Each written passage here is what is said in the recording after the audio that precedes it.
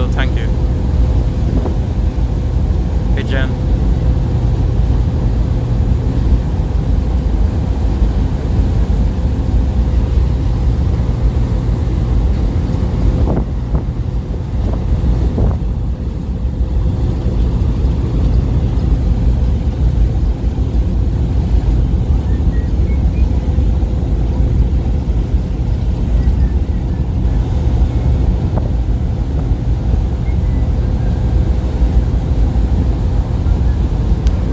To the world.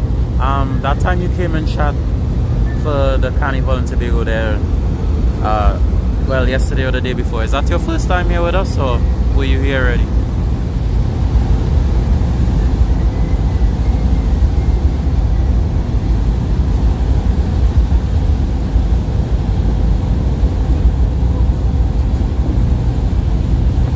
Hey, Matt. Oh, you were here for the... Okay, cool.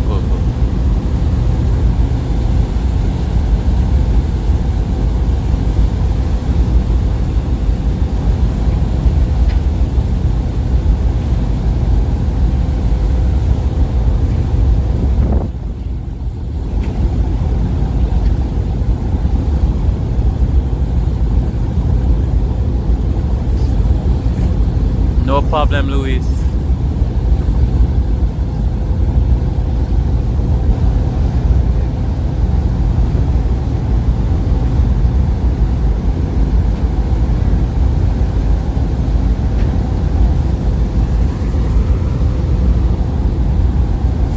We are having a very bumpy ride at the moment because there was a couple of storms that passed through while we were docking, and there's a couple of showers going on in the ocean. There's one over there, and then there's one over there, and then there's a couple more isolated showers happening elsewhere. So the ocean is really choppy right now.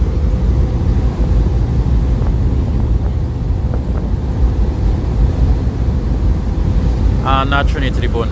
We would probably reach in Trinidad around 8:45 or 9. This boat is gonna take like 3 hours or more. So I'm gonna reach in Trinidad a little bit late, but small thing. Hey, Sheena. Oh no, those were the catamarans when we had them. We no longer have those 2 speedboats. We sold those some years ago actually. And funny story, one broke down on its way to Spain, which is quite hilarious, seeing that we sold it because it broke down so often. So we no longer have those 2 boats that used to make the trip in 2.5 hours.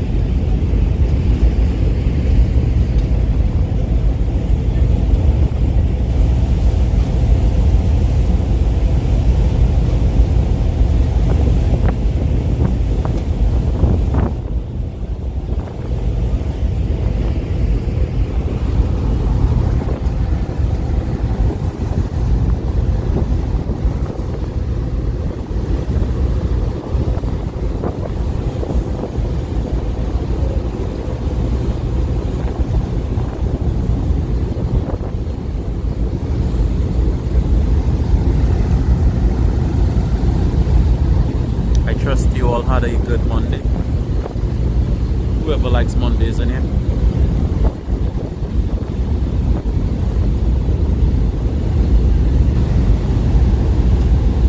Yeah, Jen, I did. Really? I think he just needs more confidence, and I think he'll consider getting his own business. Because I don't know, for some reason he doesn't seem confident to open a business right now. I don't know if there's something added to that, but he knows, and he's been complimented by all his friends and everyone he's cooked for, but he just doesn't have that drive to take it a step further. I've realized that when I talked to him today, so I really hope I tried my best to convince him. I gave him my contact. I told him I'm in the I'm in the hotel industry. Well, not the hotel industry, but the service industry and the hospitality industry. So, and I can help if you want. So, I hope he takes it seriously though. Like, when I taste food from someone that brilliant, they need to share that with a wider range of people.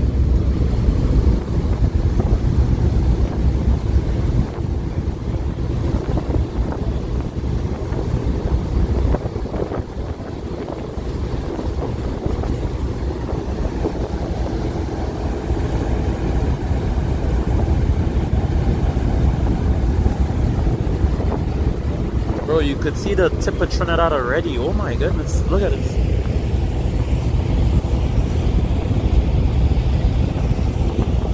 I know that's gonna be extremely dark. This is the very northeastern tip of Trinidad right here. It looks really grayed out, but yep.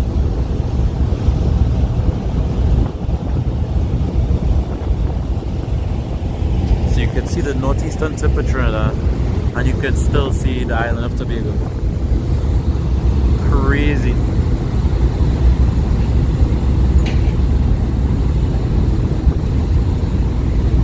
Hey Phyllis, thank you, no problem.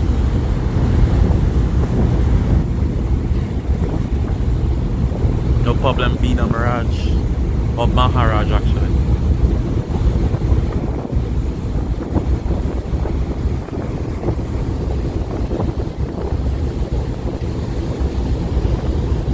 No problem, Faith, got you.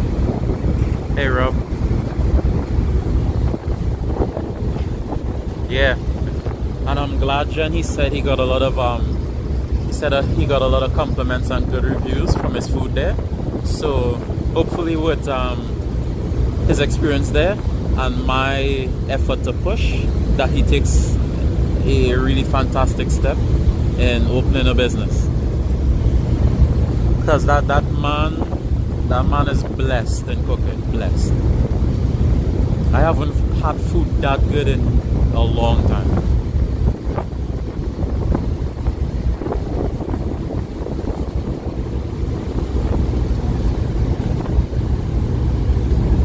No, and it's strange to me. It's not strange, but because I've been in the hospitality industry for 14 years, I don't really talk about this, but I've been in hospitality for like 14 years now, right? I've worked with some pretty big caterers on the island, and even though caterers are hyped up a lot, what happens with big catering companies, right? Because they have to cook for a large amount of people, you would sometimes, or not even sometimes, a lot of the times you would not even get the best out of them because they're going more for quantity than quality. There are some caterers that I've met that balance the two well, but with the bigger caterers, you don't normally get that top of the line food, but they have all these plaques and years of certificate of cooking and whatever. And you always find these people who don't want to open restaurants and don't want to cook for a large amount of people, who can cook 5 times better than any company you've ever eaten for in your life.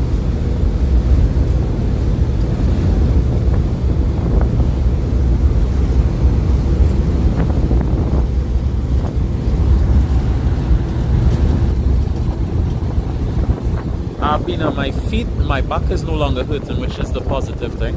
I still have a headache from yesterday, but it's not as intense, so it's fine. But my feet is the main concern. It's not a concern, I know it'll be better, but my feet in the same amount of pain that it was in last night. So nothing has changed with the feet, but I will live. It's fine. I'm accustomed to it actually after streaming and walking for all those hours.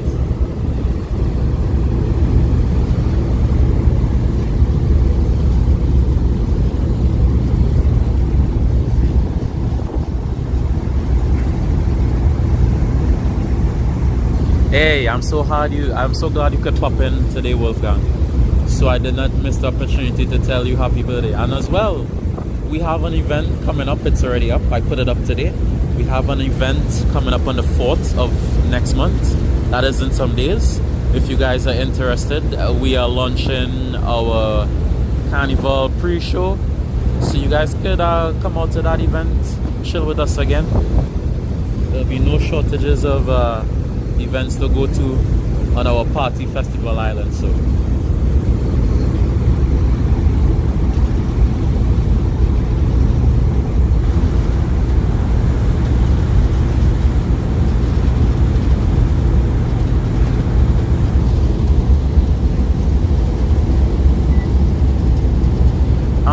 when I ate this food, it reminded me of, there was this woman in Trinidad in the countryside, right?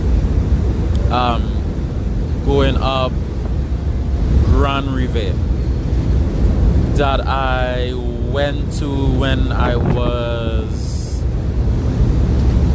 12 years old. 12 years old. And 12 years old is almost 20 years ago. So that was 19 years ago, because I'm 31 now. So almost 20 years ago was the last time I have tasted something that amazing, or on his level. I've tasted a lot of amazing food in my life, but it's not a common thing to taste someone's food that is in its own category. That doesn't come along too often. Those are like food from your great grandmother or your grandmother or something. That type of food. That's how good it was.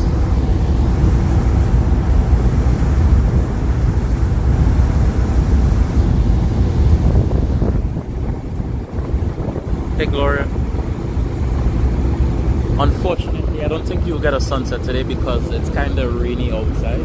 I think we're gonna run into a couple of rain showers over the ocean as well. So,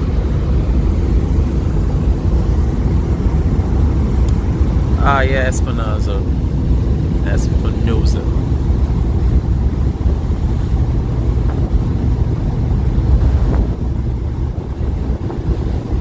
Hey, exquisite darky.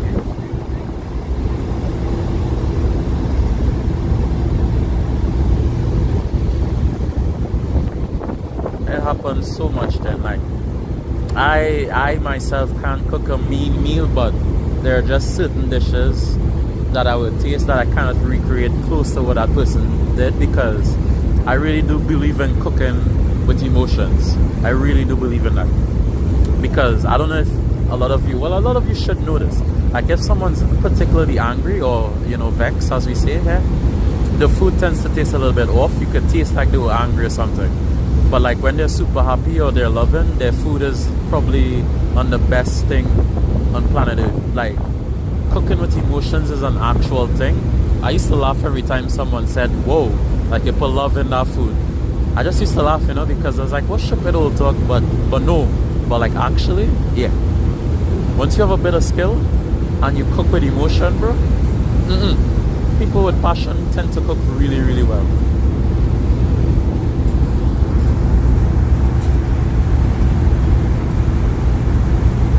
I'm riding on the 8th A.P.T James. It's in the title of the stream, by the way. I'm expected to reach in Trinidad around close to 9 or 9 p.m.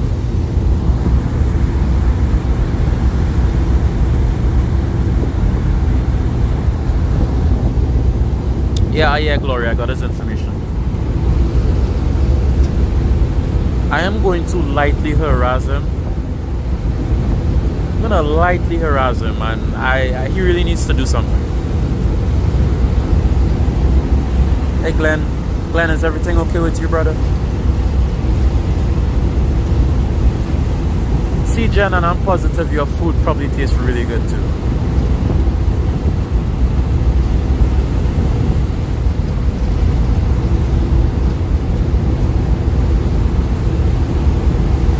A forward trip? Nah, it's not gonna be full. Hey, look who popped in, Lenny.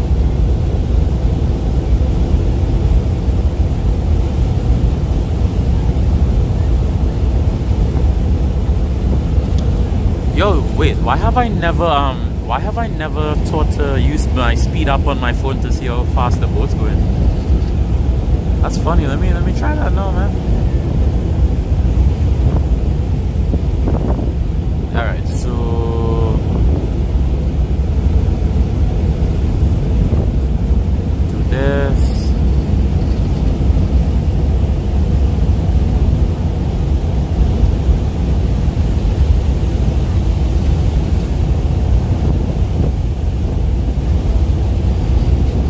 Lenny does always come in here with some kind of comment to them. Lenny, something wrong with you, like the boat walking. Alright, speed.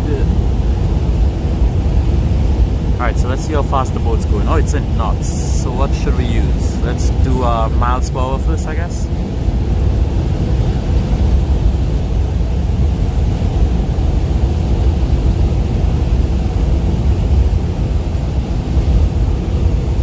Okay, so according to the app, going to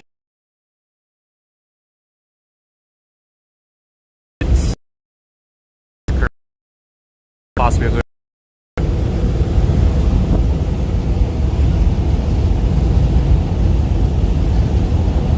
For those of you who don't use mile per hour, we are going 53 kilometers.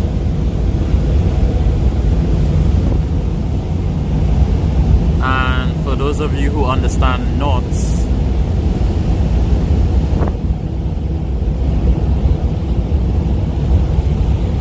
we are going 27 knots, 26, 27. So yes, it's nice to have a speed up on your phone for no particular reason.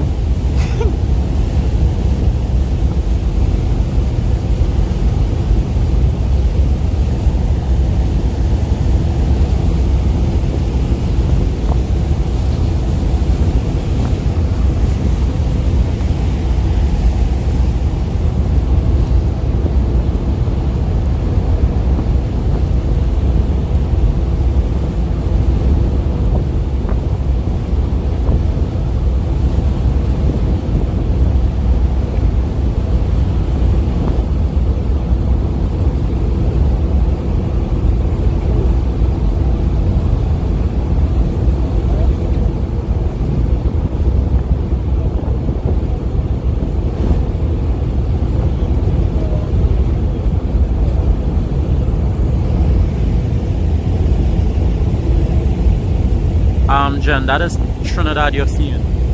That is Trinidad. We already seen Trinidad, so I'm gonna show you the frame again. So this, ladies and gentlemen, this is Tobago, right, the northeastern coast of Trinidad. So you have Trinidad right here, and then if you turn on the other side, you can still see Tobago. So we have both islands right there in the frame. Oh, what app? It is called... I don't know why I didn't think to tell you that. Funny.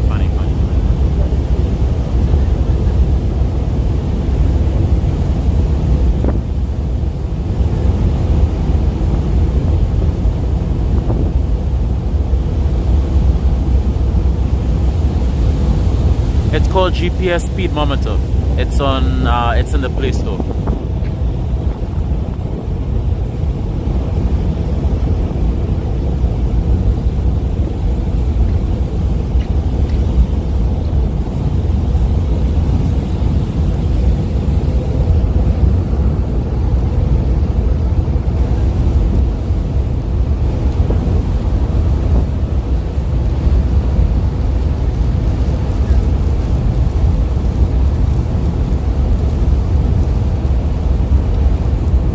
Look at you, Sheena, again, big up in the chat.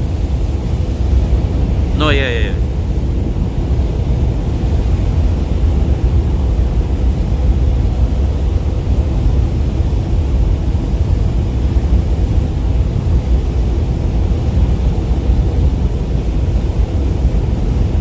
I don't know what plan you guys have for the opening of Panorama. You guys gonna buy a pay-per-view from Back TV, or what's the plan? If if you guys doing that, I'll pay for a pay-per-view too and come through. Up to you.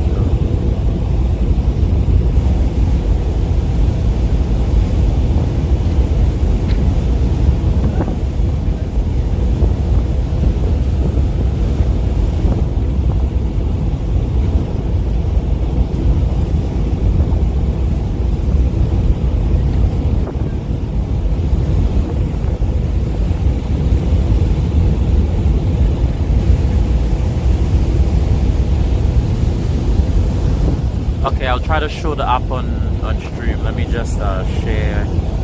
Oops, I forgot to plug my charger in my phone, bro. What am I doing?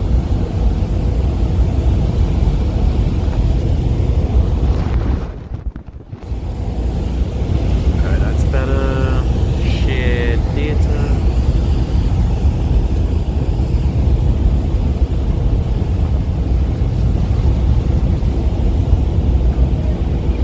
Jen, Cash App doesn't work in Trinidad, unfortunately. Alright, let's see. Where's the Play Store?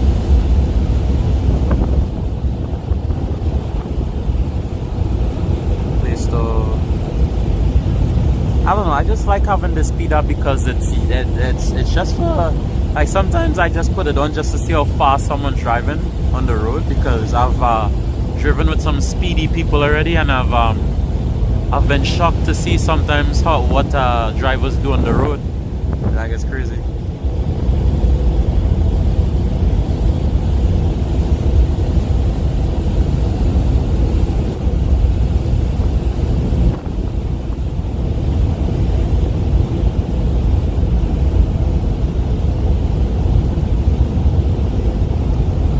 Alright, so this is the app. This is the app, GPS speedometer, and it has that 84 mile per hour. So make sure you get this one. That is the app. It's really nice. There's a bunch of cool features in here actually.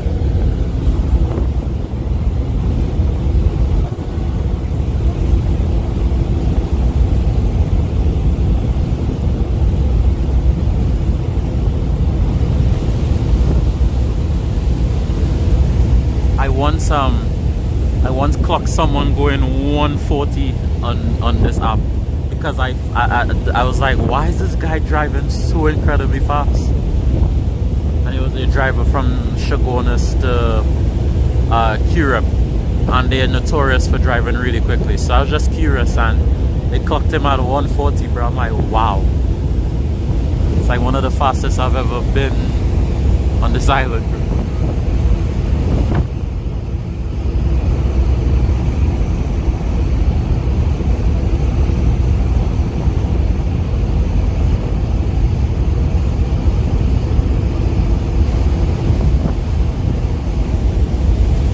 Yeah, exquisite. Some people have already mentioned that they're gonna come for next year's Carnival. I hope everything pans out for them. So I have a few meetups with people next year, and then I have a few meetups with people with lunches and stuff who wants to hang and stuff. So definitely looking forward to those.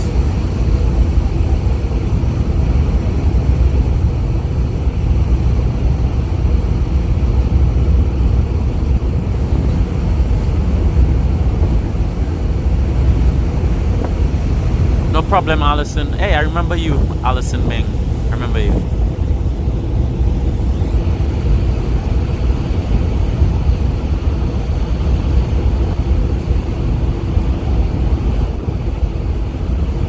Yeah, you could get to Tobago with plane as well, but I choose boat because for such a small distance, I just prefer to use the boat.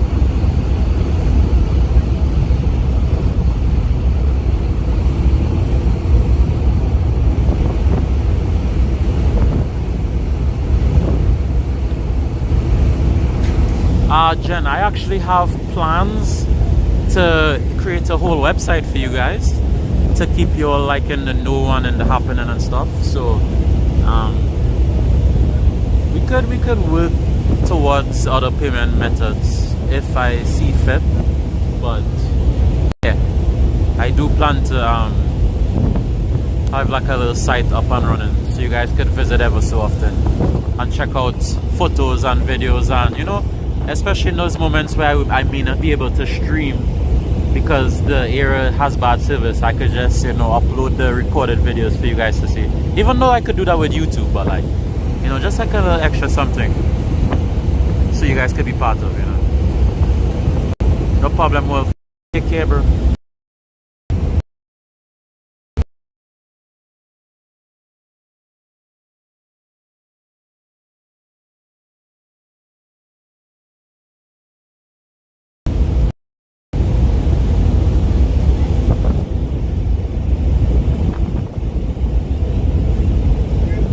With all this rain in the north part of Trinidad, I'm pretty sure rain is not falling by me at all.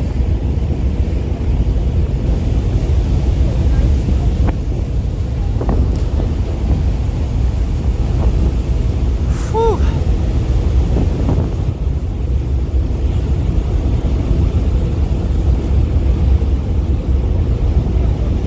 Ah, yeah, Baba. I was next to the Galleon Passage, right on the port there.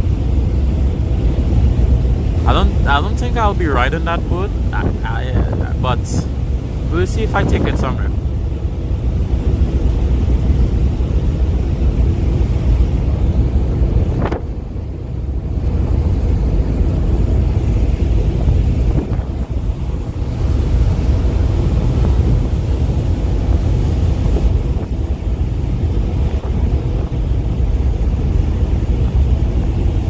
Damn. I love the love that Wolfgang is getting for a newer member. He's been a really chill dude. I love people like that, man. You just come and you naturally fit in. It felt like he's been here for a while with us. But he is only 3 days old to the family. Isn't that crazy?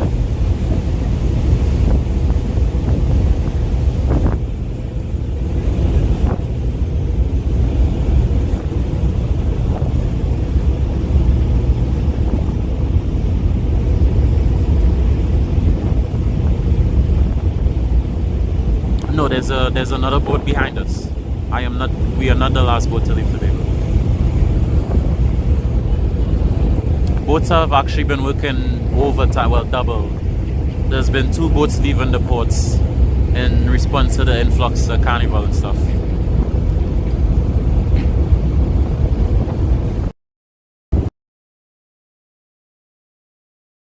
All that greenness is rain over there.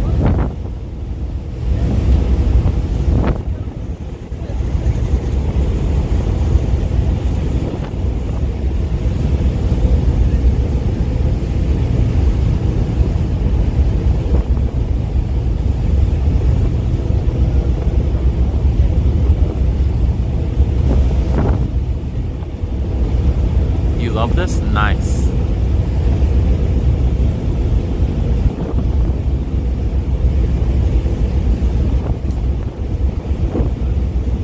I am appreciating the cooler weather, however.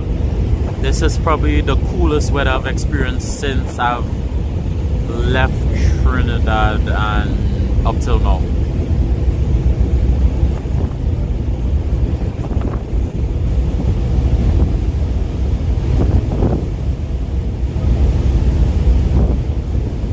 Lenny, if you could kindly send some of that rain to our islands, we would appreciate it. You know, we've been having a lot of dry spells and only 1 or 2 days of rain in Trinidad today. It would be nice, you know, just saying. You don't need to send us all your rain, just some.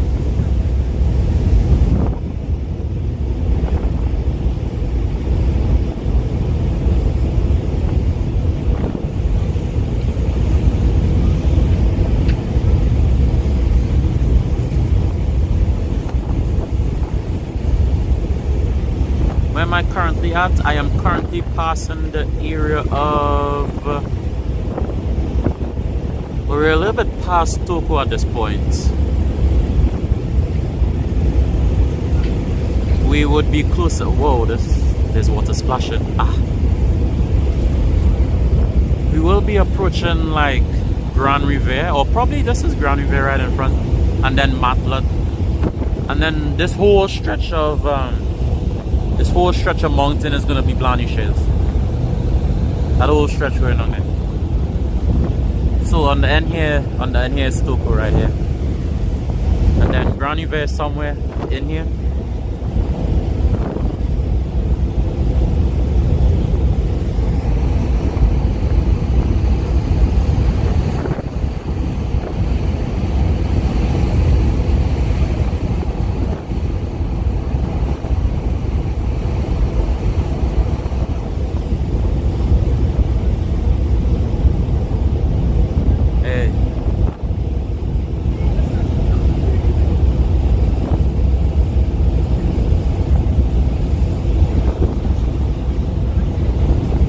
You know what? We could actually see all of them in one place, but we've passed Tobago, which is at the end over there. So we're right here by Grand River, which is right there next to Matlad. And then this long stretch coming up here is gonna be Blanishes. That goes on for a little bit because Blanishes is just all range.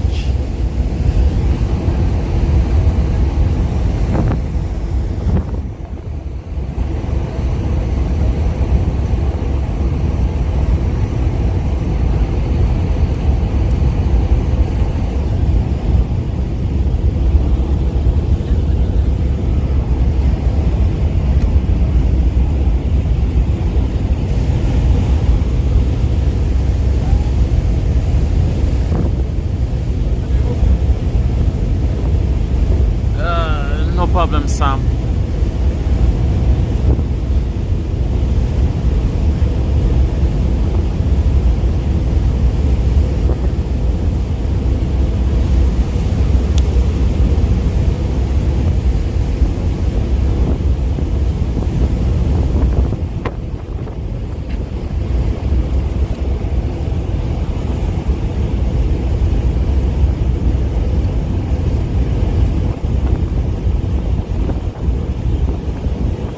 Nah, listen. You send the rain on the wrong spot, however. We don't need the rain on the coast. We need it on the interior part of the island. So when you guys do that, then I could send some over there.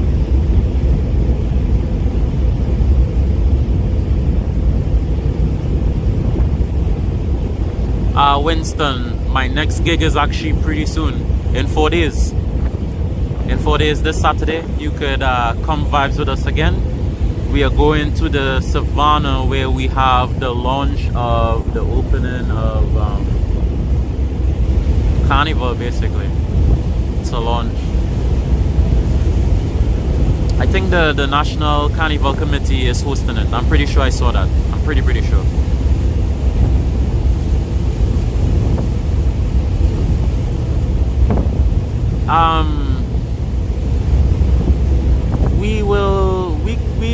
We don't do well, seeing that we're an island, we don't do well with cool weather. We always cry for it, but there's a very small range that we feel comfortable with, which is around 21 to 22 degrees Celsius here for us, as you would know. This year, January, we had some of the coldest weather ever on our island. And it's not gonna sound cold to you guys who now live in the US and Canada and stuff, but some parts of our island in January got down to 16 and 15 degrees Celsius, which is dipping into the 50s, the high 50s in Fahrenheit. And that was already a bit much for most of us. So after that, cold front broke loose and somehow made it all the way down here. So I have to be very careful asking for cold weather here. 16 degrees was just crazy to experience.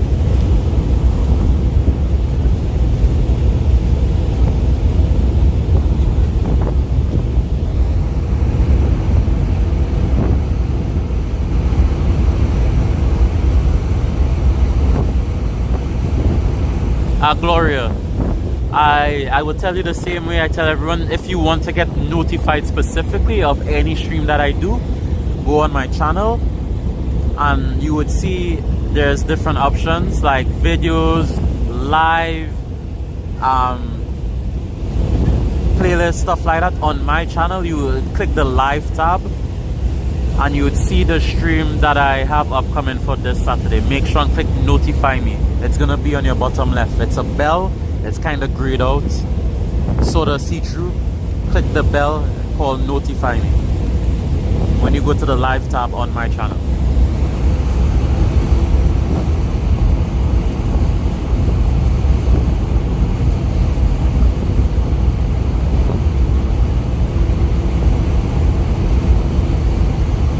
Hey Rebecca.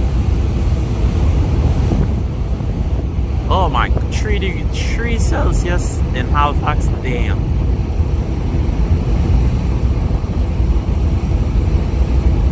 Yeah, Arizona is impressive because it could get really cold there, but then it could get really hot. Because I know they hold some of the records for the US as well, in terms of heat. You're heading to Tobago on Thursday? Hey, I really do hope you enjoy yourself, Rebecca. How long are you planning to stay?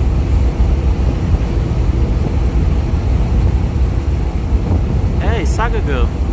Welcome in. Sheena, you're in Florida, bro. Which I find to be kind of fortunate for you. I know when it gets hot in Florida, it gets really humid, but then you guys drop down to some amazing night temperatures. And for that, I'm jealous. Like, your nighttime temperatures in Florida is on point. That just seems really comfortable to me. You guys be chilling in the 60s, 65s. That's amazing chill weather right there.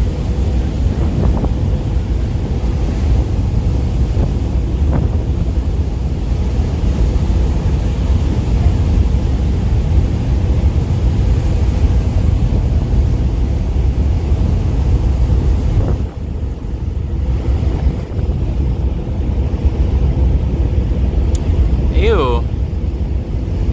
That's nasty. Yeah. Sometimes Trinidad decides to be out of timing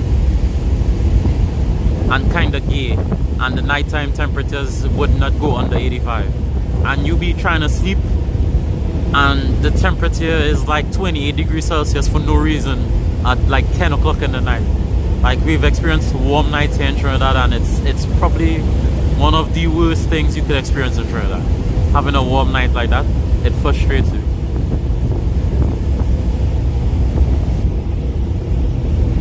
I see it absolutely disgusting to have a nighttime temperature like that.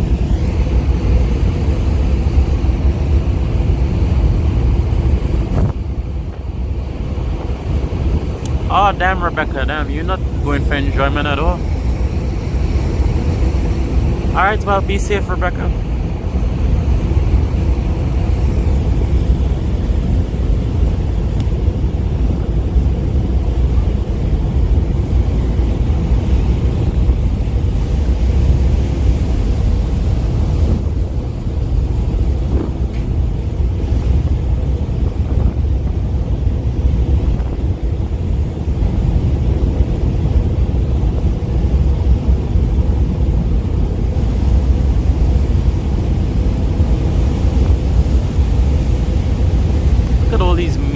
Clouds, bro.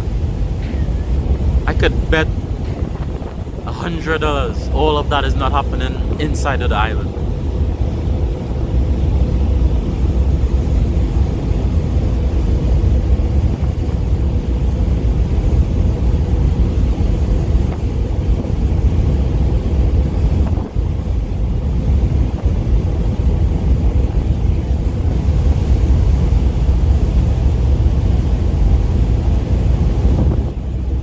Plum? Wait, what?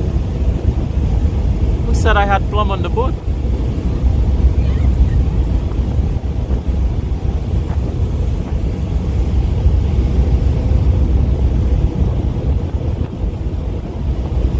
Yeah, Jen, it gets nasty here sometimes.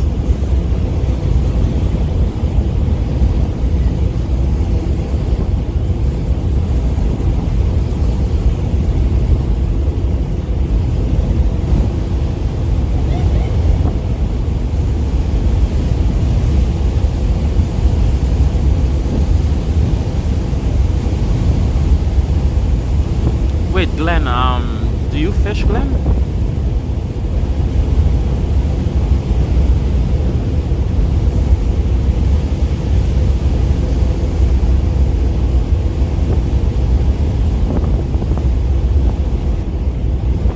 Oh, that would make more sense, Carl. Yeah, that would make more sense. Ah, that's funny. Yeah, in that case, if you did mean salt prunes, yes, I did pop 2 in my mouth on the boat.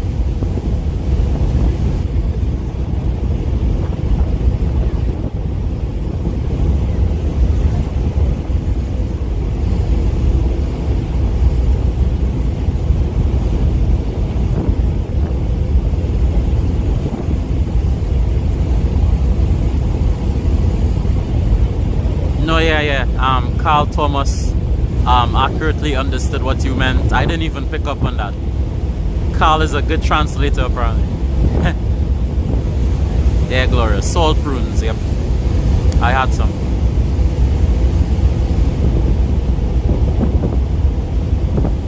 Alright, enjoy your walk. Be safe.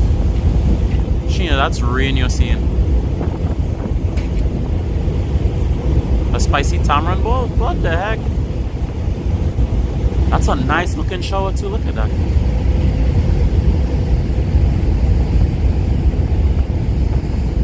It's a nice looking shower. It's just on one part of the island. One part of it. That's like one tongue alone. Weather fascinates me all the time like that.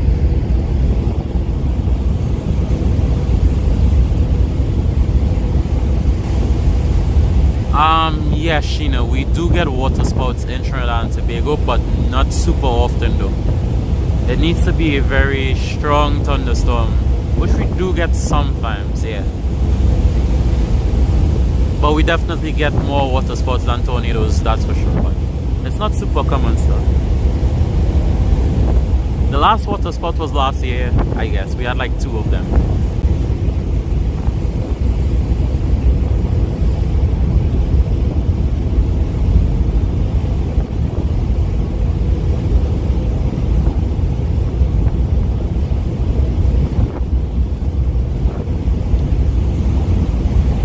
Wait, Glenn, did you answer me about, I asked you, do you fish, Glenn? You strike me as a guy who would do fishing in his spare time if given the chance.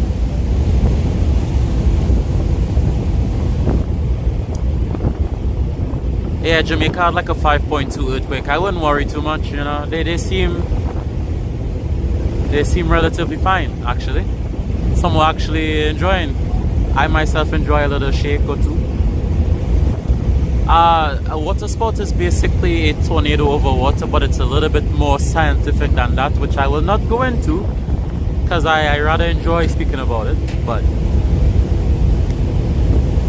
putting aside the nerd talk, yes, it's basically a weak, small tornado over water.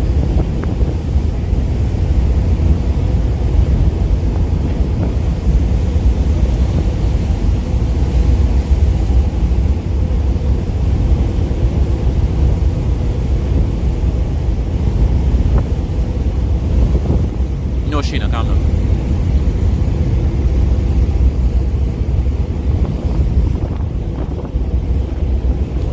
Wait, actually there may be a good chance rain is falling inside Trinidad. This weather goes all the way down.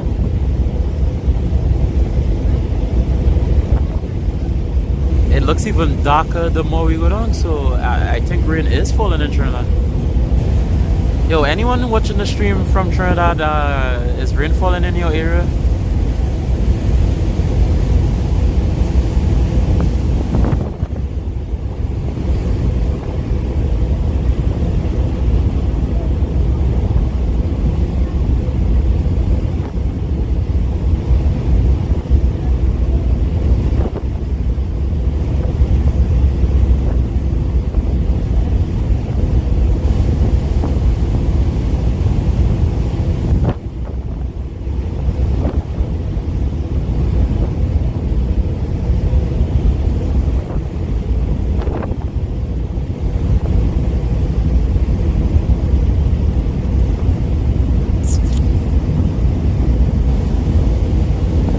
Lenny, why you so boy?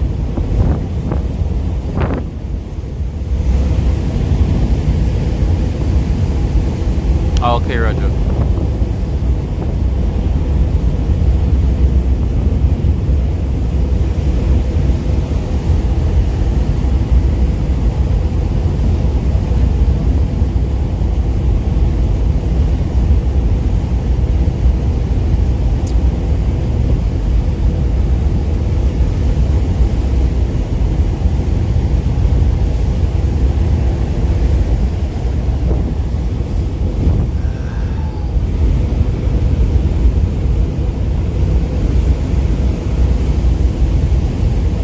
I'm in the back of the boat, GMT.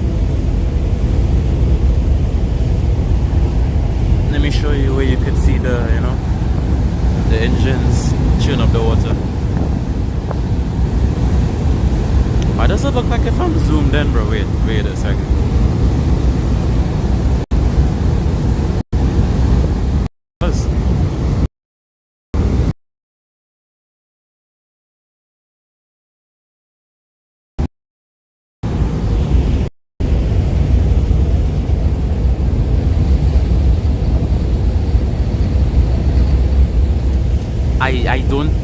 I don't recall doing that.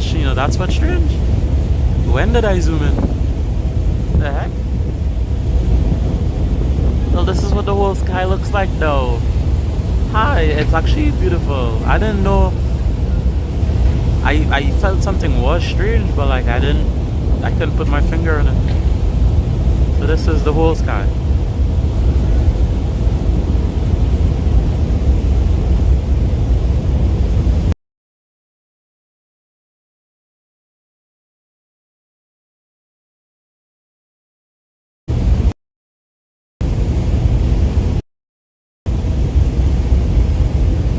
Oh, right.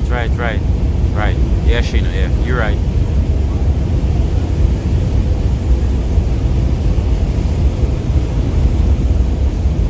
Hold on. I think this is another Woody screensaver right here because of the storms in the background and the light in the sky above. Give me a moment, let me just take a picture of this.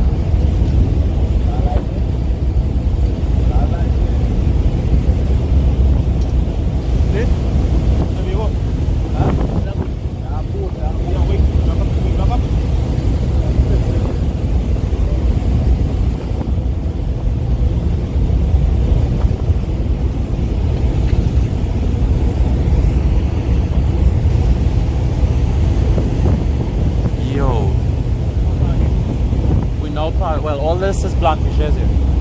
So we have a little bit. We have a little bit to go here. Well, just off the coast here.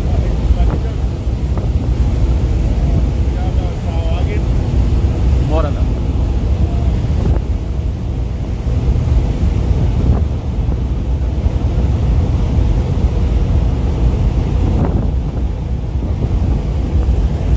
Whoever's getting this storm right now, look how mean this cloud looks, bro.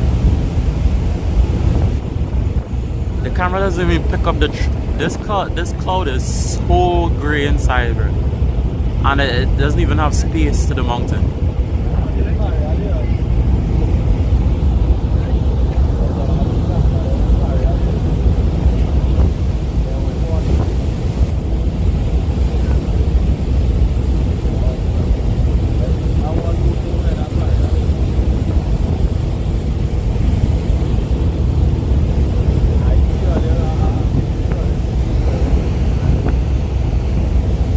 Sandro, we are now passing Blanty shares on the north coast, so we have a good while to go still.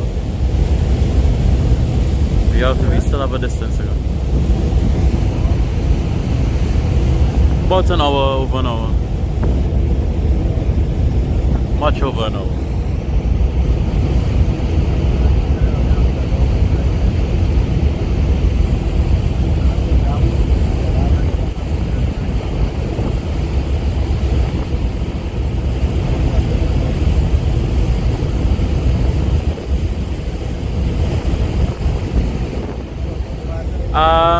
Oh, you want sure GMT? No, I got you, bro. Okay. So, do you want to give me your Discord name right now, GMT? I could send it to you right now.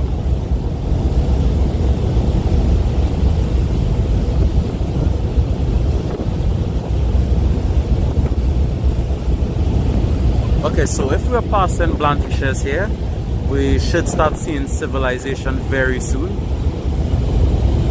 because after Blanty shares would be all those popular beaches in Trinidad like Tyrico and Maracas, so we're gonna see lights just now.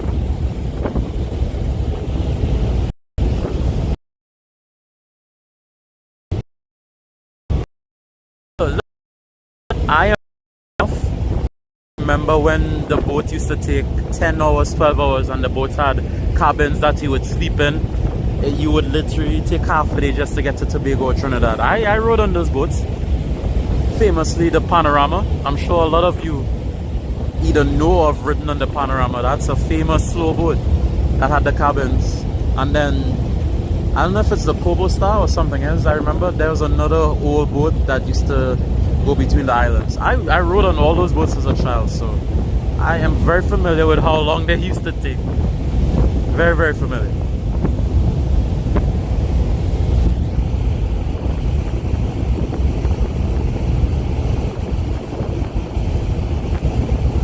Oh, you joined? Okay, bet.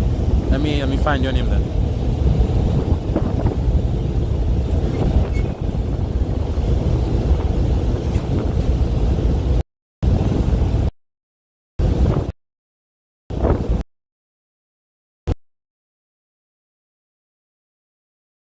We have Maracas and Tyrico coming up in view right there.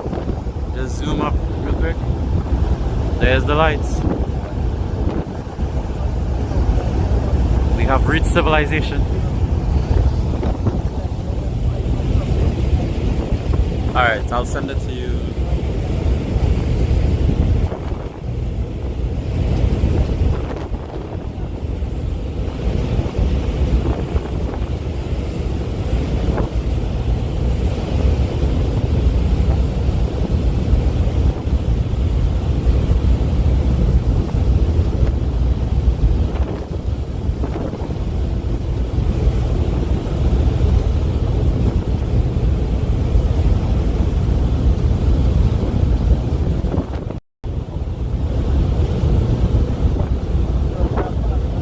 Alright, so GMT, you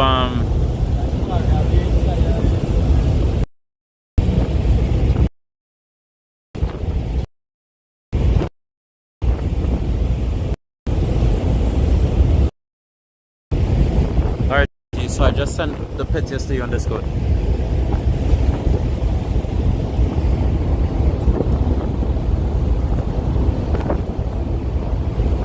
What is my take on Tobago's Carnival overall?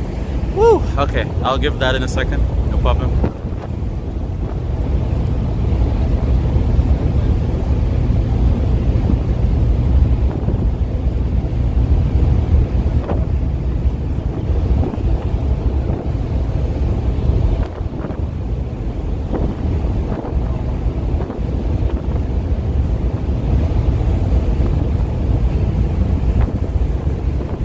I think that's a fishing boat that just anchored in the ocean there. I don't think it's moving.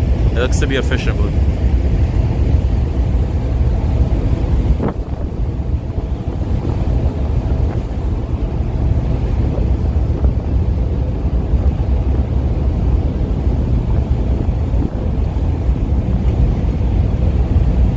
Alright, Lenny, good luck with your pool, bro.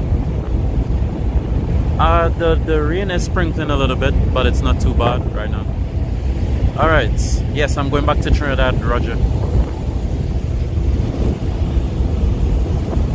Hey, Mab, welcome. Alright, so this is my in-depth review of Tobago's Carnival. So we're gonna start from the start. Once again, I do support Tobago.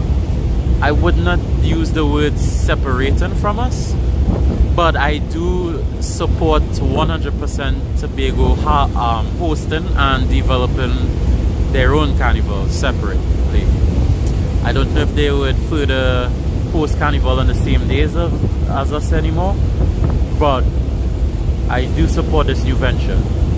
What I do not support, however, is Tobago hosting its carnival in the month of October. I do not like the idea of the October carnival. I would much rather they have like a July, a June carnival, something, or March, but not September, October, or August. Like, not those months.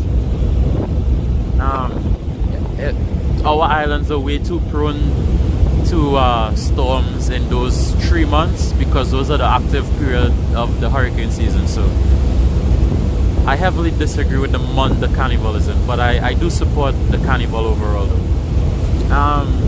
What I thought about the carnival, I thought it was overall okay. There is evident stuff that Tobago needs to buck up on, and I will be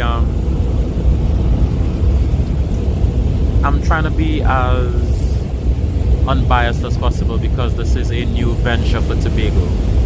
So I have to not be harsh and understand that, you know, hosting your own carnival is a big venture. So to talk down about what you've seen would be stupid at best, because you have to give them time to develop a brand, the craft and everything. So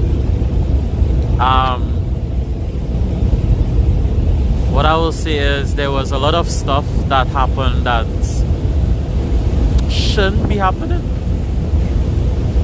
and I think they need to sit down and plan events properly in Tobago. They need to allocate events in a different spot, or they need to get serious about locking down roads earlier, because several times in the night, and you guys have watched on the stream, several people almost got hit, or the masqueraders every minute have to be getting buffed or be talked to loudly from the speaker on the truck. Yo, masqueraders, go to the left, masqueraders, go to the... I sure you guys heard that the entire carnival, I'm sure. So because there were several cars that had to pass, and so I absolutely hated that aspect of the non-closure of roads. Hated that. And then the steel pan, their spot was near on a pavement near the road. You know, there was no spot for the starting point of the parade. It was not a good spot. I didn't like that at all. Um, so the traffic situation was bad. They need to have better spots for the masqueraders to eat lunch in, even though it was adequate, but better could be done.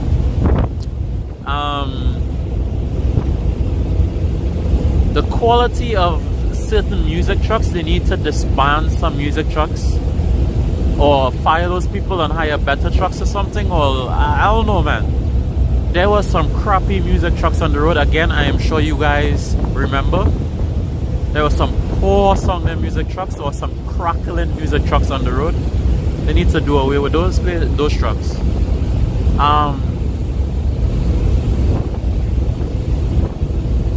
There was not a lot of tourists, but that is of no fault of Tobago. There was evidently tourists. There was a bunch of Canadians I saw. There was some Americans, not a lot. There was mostly Venezuelans and mostly Trinidadians there that made up the crew. And of course it was half Tobagonians and half Trinidadians and Venezuelans with a sprinkling of everybody else basically. So they definitely need to market themselves more, which I'm sure they will. They did a little bit more marketing this year than last year, so that could only get better, I assume.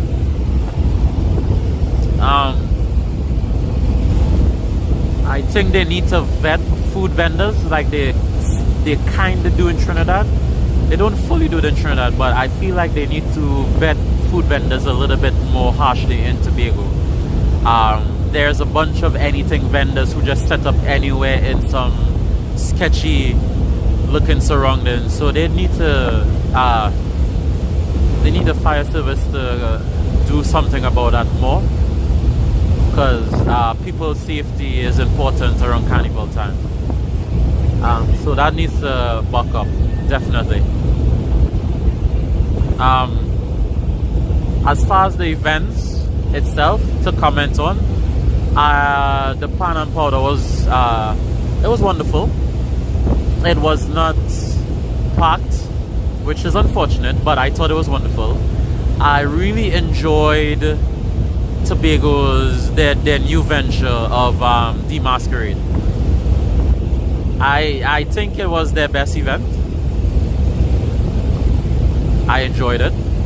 I had fun. And then the Carnival itself, the parade of the bands, was second. I wish in the future that the Carnival gets popular to a point where we see more big bands other than Fog Angels.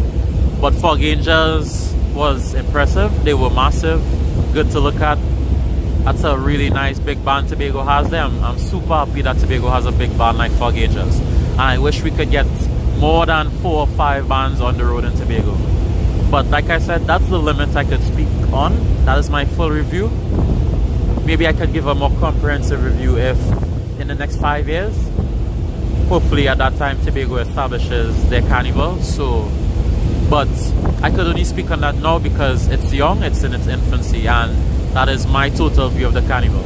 They did lapse in certain areas, but overall I think it was a more successful Carnival. It was enjoyable. They just need to pick either different routes or have something better in place for pan players especially. I think the pan players got F'd in Tobago. F'd, completely F'd. From people enjoying their performances, cars passing every moment, and those pan players work hard and they had to play, even though they were under 10, they still had to deal with warm weather and the elements of the rain and stuff. I think they got F'd the most in Tobago's Carnival. So better needs to be done there, but overall I think it was okay. I'm not gonna say good or fantastic, I'm gonna say okay. And I think that's the end of my Carnival roundup in Tobago. But I definitely will be back because I am excited to see how they progress, and I know you guys would like to go back to Tobago every year for their carnivals.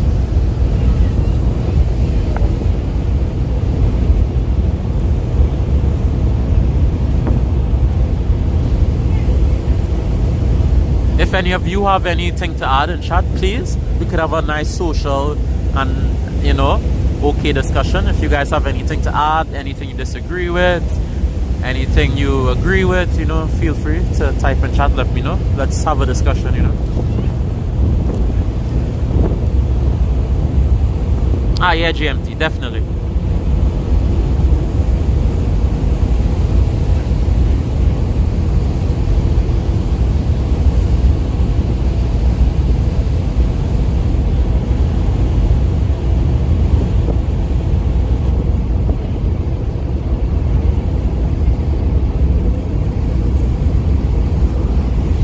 So yeah, that's my honest review of all things Tobago Carnival this year.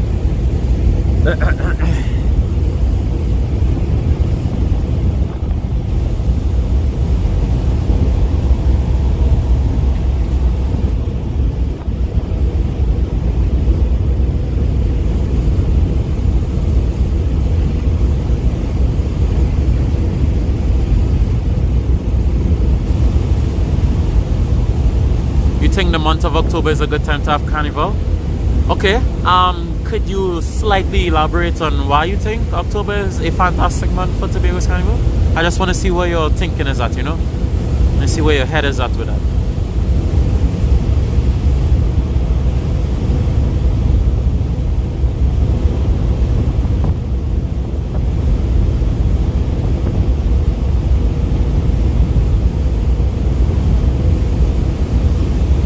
Ah, Malcolm, thank you.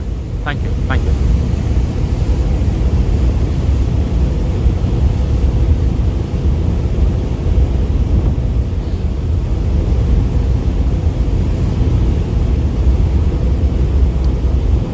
Yes. Yes. Okay. Okay, GMT, fair enough, yeah. I'm sure with time they would realize their shortcomings and build up a few areas or fix up existing ones. But yes, I do think they do need better facilities for different things.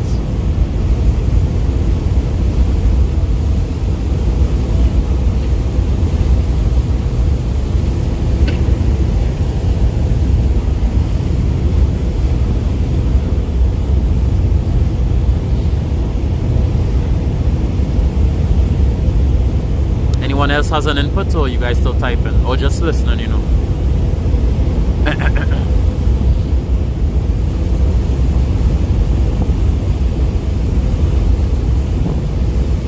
Sheena, what did you think about the Carnival as a Floridian looking inward in Tobago and the one you accustomed seeing in Trinidad?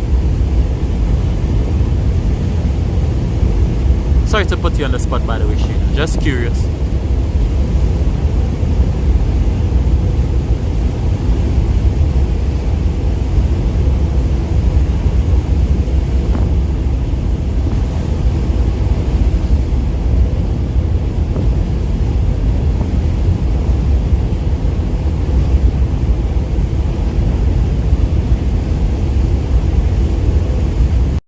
A very good point. Yeah, that's a very good point.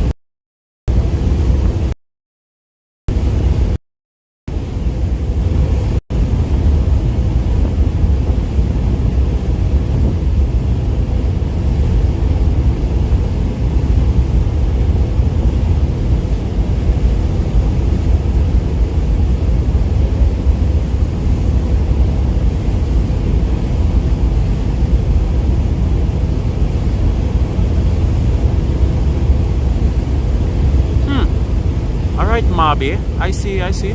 Cool, cool, cool. I respect your point. Fair enough.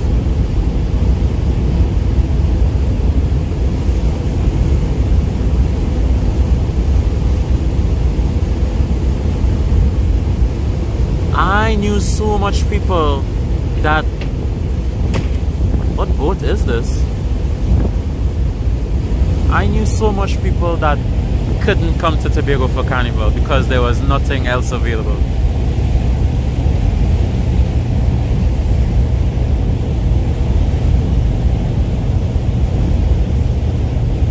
And then all the planes was booked up since August into September already.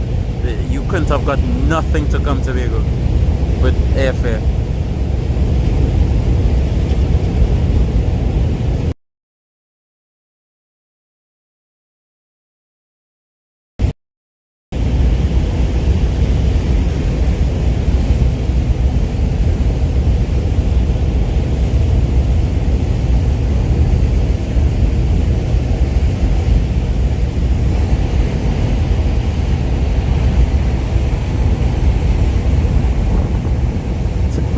Okay, yeah, Sandra, that's a good point as well.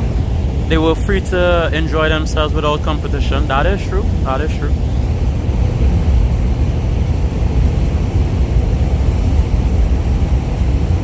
But as GMT rightly said, I don't think that's gonna last. If Tobago Carnival gets to a point where it's very self-sufficient and massive, I think they will introduce competition, because at that point you kind of have no choice but to introduce competition. Because if Tobago like over 10 big bands now, I think you're going to enjoyment and want to have enjoyment plus a competition, because at some point in time you're gonna want your big carnival band to have like some accolades behind it, right? Like, yo, I'm playing for this band for 10 years and we wanna, a band of the year or something. So like, it's gonna be inevitable. They will 100% bring competition wise if it grows to a massive sustainable level. That's without a doubt. They have no choice but to, actually. It's very rare that you would have something on a massive scale and you don't introduce competition,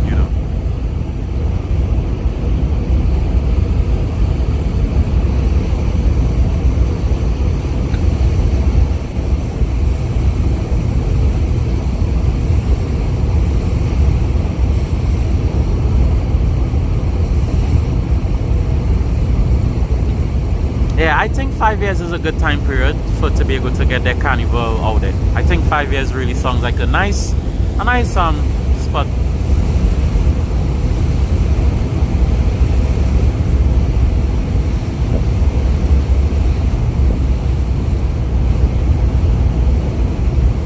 They added additional flights that all got booked anyway.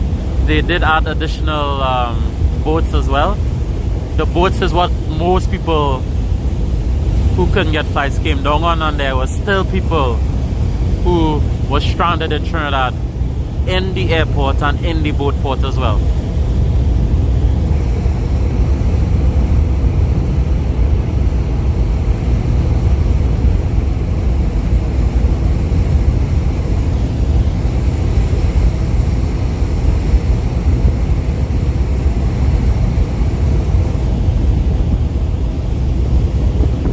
Yeah, Trinidad, not Trinidad, Tobago does have other events. I haven't been to like the Great Race in a long time, and then the Goat Race, and then stuff like that. I haven't been to those things in years. I know they have a lot of stuff throughout the year.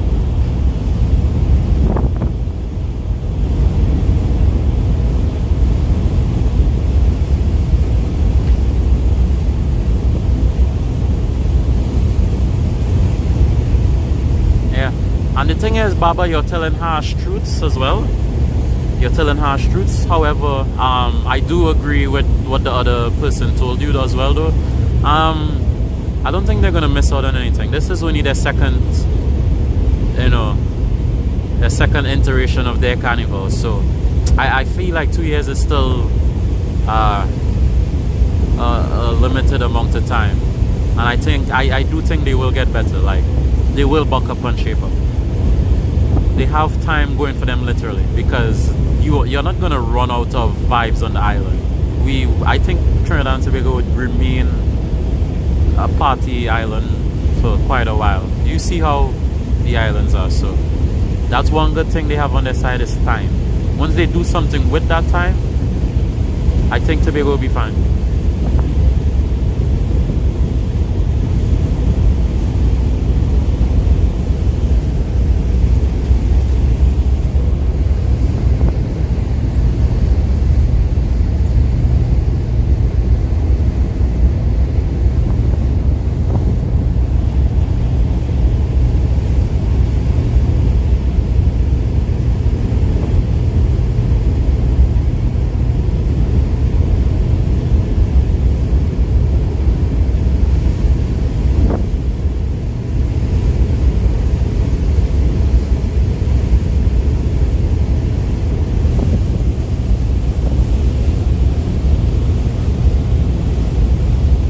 One of the biggest problems still facing Trinidad Carnival is time. time still is a factor in Trinidad's carnival, and I don't think that's ever going to change. I think it's something Trinidad needs to accept. Timing, we don't have that at all.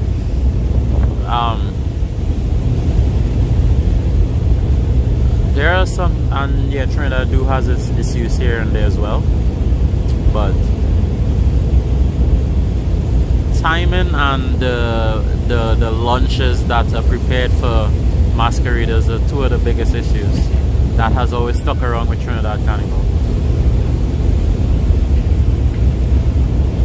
Like, a lot of these bands need to actually put out for their masqueraders. I don't know if any of you have had the pleasure of playing mass or seeing masqueraders, the lunches that they get, you know. Like, these people pay like 3,000 TT dollars to play mass every year. Sometimes more, sometimes less. And some bands, they order like rice and peas and a piece of chicken or pilau or, you know, something like that, and box it out for them. And then you have this chit system where you take out 2 treats from the bracelet that they give you, and you're allowed 2 drinks, even though they have drinks trucks and stuff throughout the road. But like, in the place to eat, that's the system. Because I can tell you firsthand, because I've worked a numerous amount of years being a service staff for Carnival, so I could tell you firsthand the type of meals that they get. They really don't put out for a lot of masqueraders. So that's a problem facing Carnival for years in Trinidad, and I think it's unfair, man. Imagine walking in the sun, in Trinidad's sun, as a matter of fact, not just sun, for what, 6 hours minimum.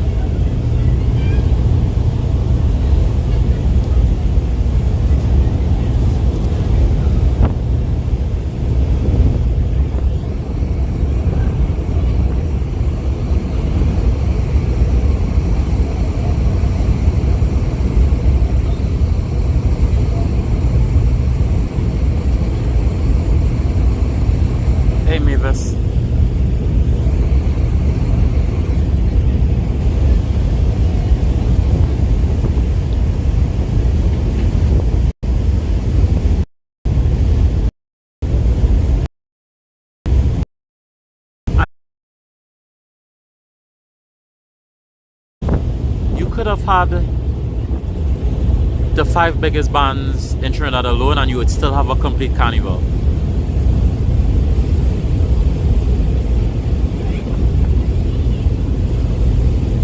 But I understand.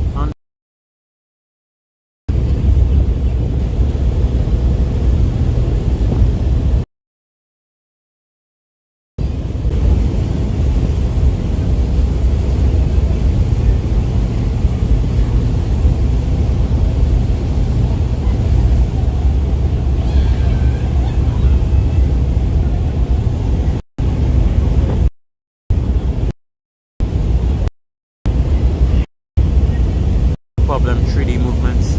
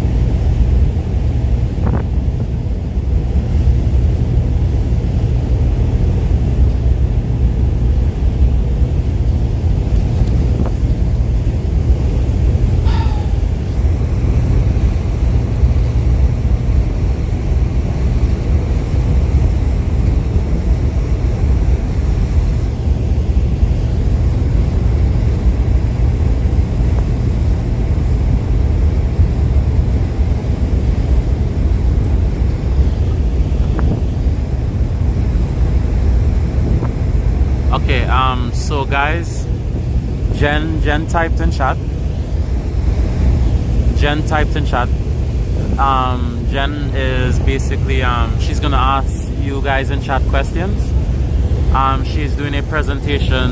She has a presentation to do in December, and she's just gonna ask you guys questions. So if you guys could look in chat and participate if you want to and help Jen out, that'll be great. Alright Jen, so go ahead whenever you're ready.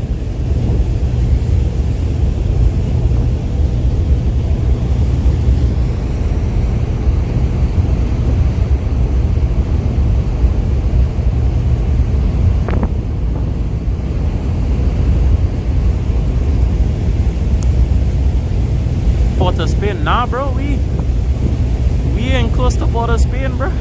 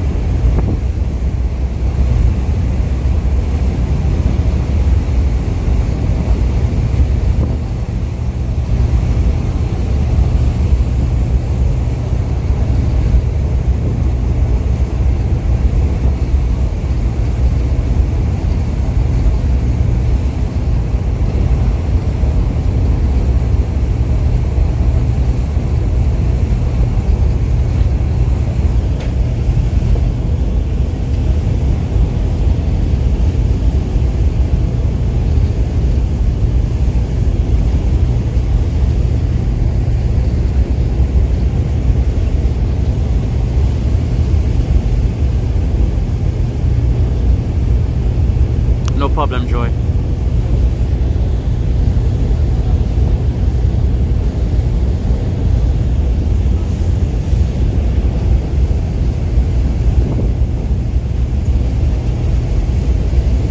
Alright, so just in case anyone missed Jen's question in chat, Jen said the topic is mental health caused by social media, such as depression, suicide, and addiction. Do you think it's worse now after COVID, or has there always been a problem? Group age.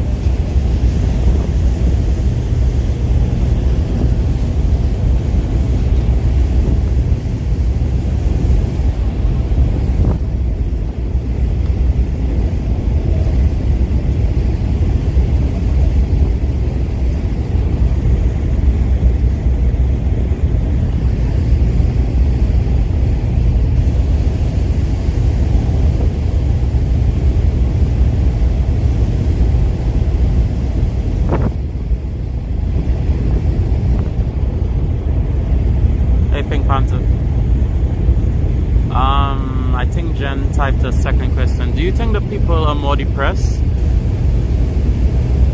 because of the level of suicide, and how addicted is someone to social media?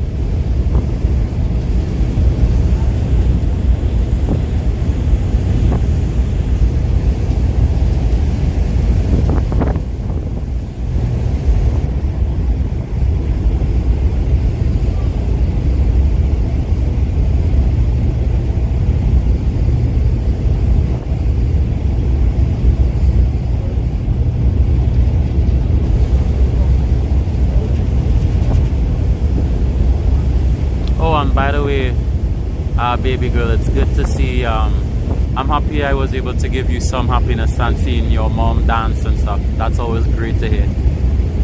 That's really good to hear.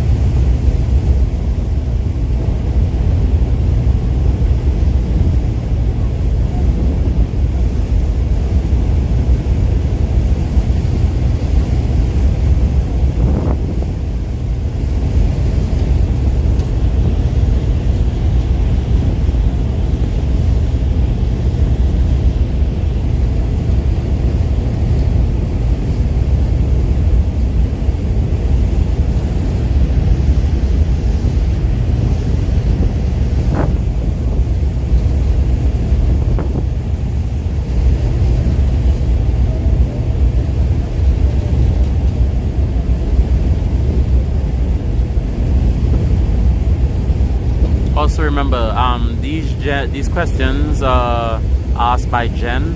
It's not for like a conversation to have in the stream. She's doing a project on it. So some of the answers I see you're given, like if you're trying to have a discussion, that's not what Jen is after. So she needs your view on the matter instead of like open-ended questions. She's not trying to stir up a discussion in chat, but she's doing this for a project. So just be mindful. That's what she's looking for, like an actual answer to the question, not like, you know, like if you and her just talking.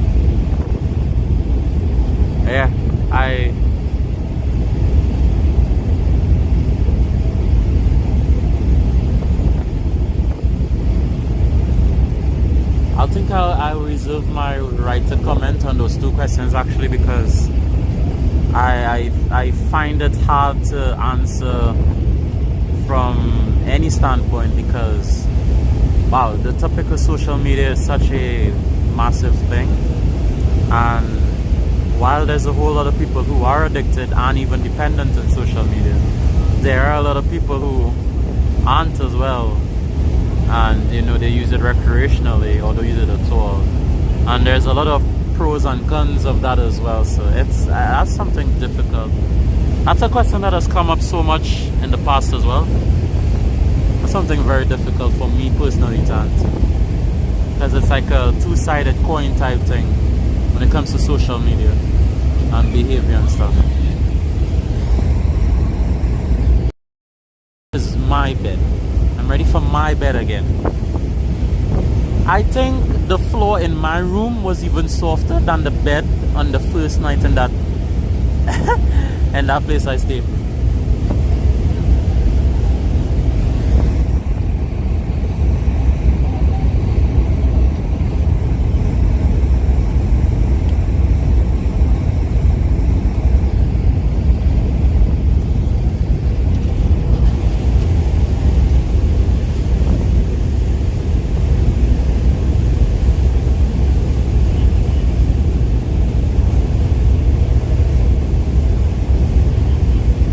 You have to do pros and cons. Well, that will be way easier for everyone to answer in here, I'm sure, about pros and cons of the effects of social media. I'm sure that's significantly easier to answer.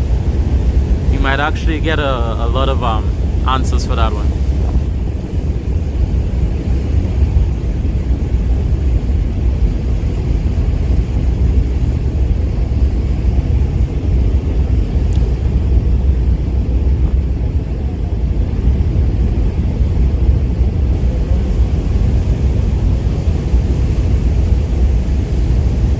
Jen, do you want people to start listing them now, or?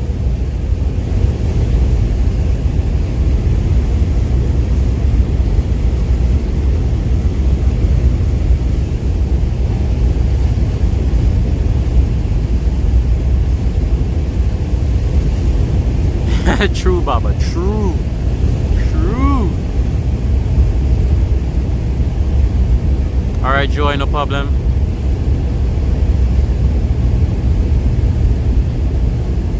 Alright, so Jen, you're gonna have to type out the question, because I don't know what way you want to ask it in. So I'll leave that up to you. Because I could just say what I think you want to ask, but it might not be that. So type it out and then I'll read it for everybody.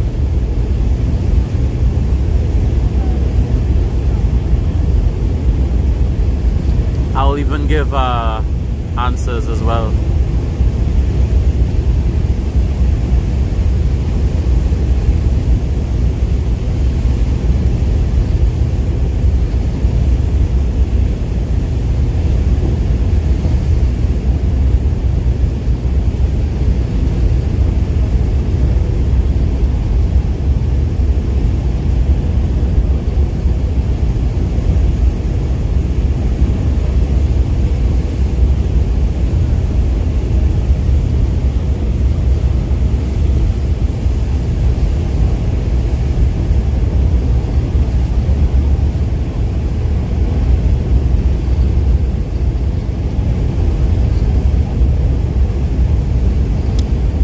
So Jen's question is,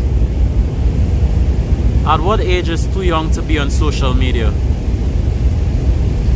And what are the pros and cons of someone between the ages of 10 to 17 of being on social media as well?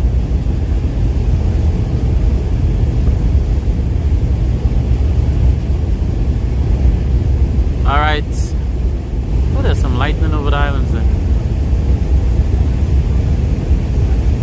So I'll give two pros and two cons. So two pros are someone at that age would start to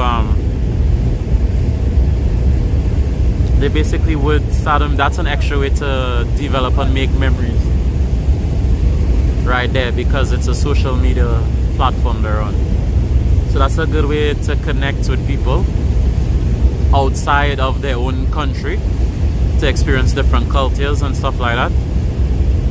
You know, because I find a young mind, it's good if they experience how everywhere else but their own place of birth is. So they don't just grow up assuming that every place on earth is like, you know, their place.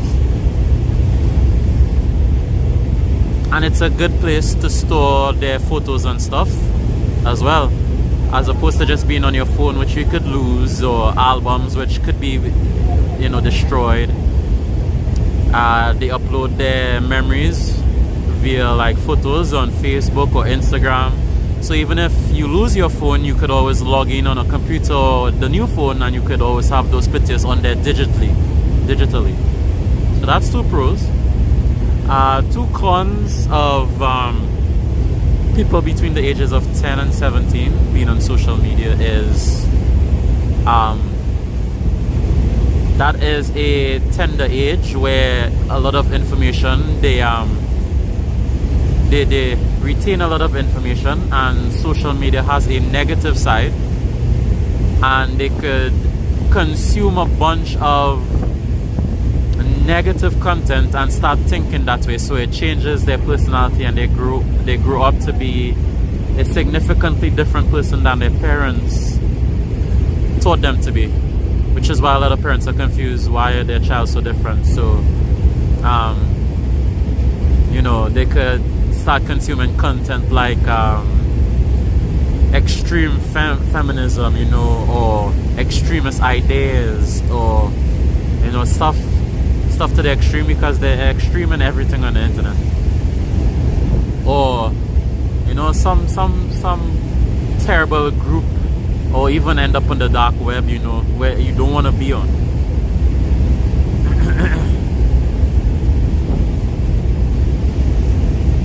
And then also the internet is full of creepy people, so they could end up, you know, meeting a very older person than them, and a lot of people catfish on the internet. So there's a big chance the person they have been speaking to aren't even that person in real life. Could be like a 45-year-old man, 45-year-old woman. So, you know, it could get adopted.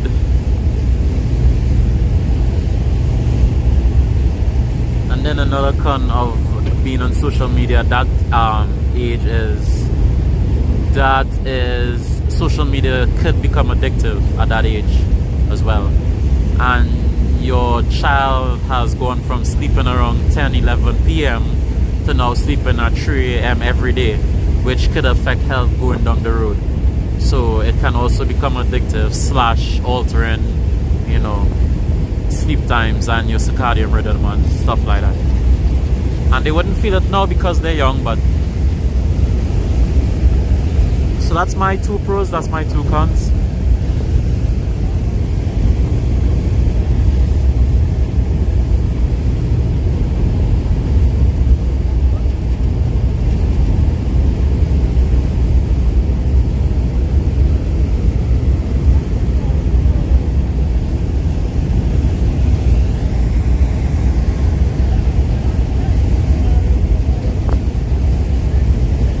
Yes, there's a lot of child predators online, Jen, a lot.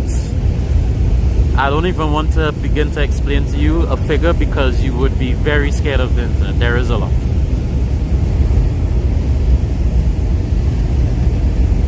There are literal dedicated groups. That's how much there are.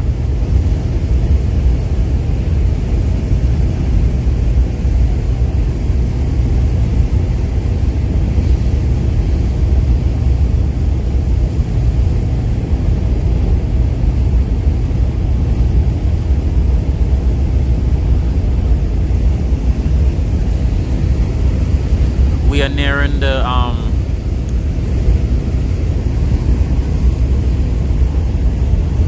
I think we're near the Bocas, down the islands basically.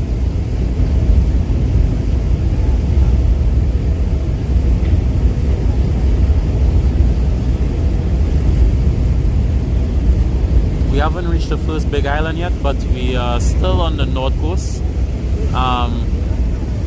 We basically passed like Diego Martin already, so we close to Chagaramas. close to Shagaramas. Yeah. But not the inside part of Shagaramas, the outside part of Shagaramas. Yeah? Yeah, we still had to go around. So we're on the outside of Trinidad.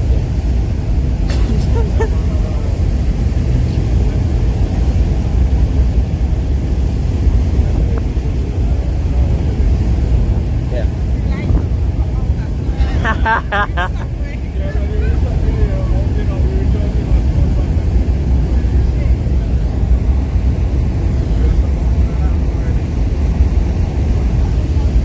At what age do you think a child or young adult should be on social media? Oh, that's a sticky question.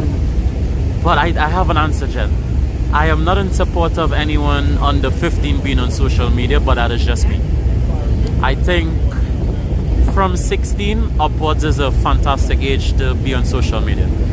That is the best. I because I've thought of that actually before.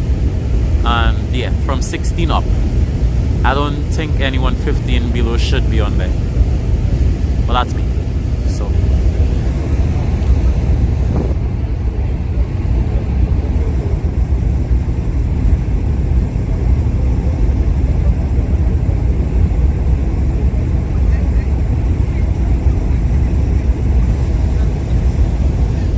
Russell, we're expecting to pull in Port of Spain by anywhere between 8:30 to 9 p.m.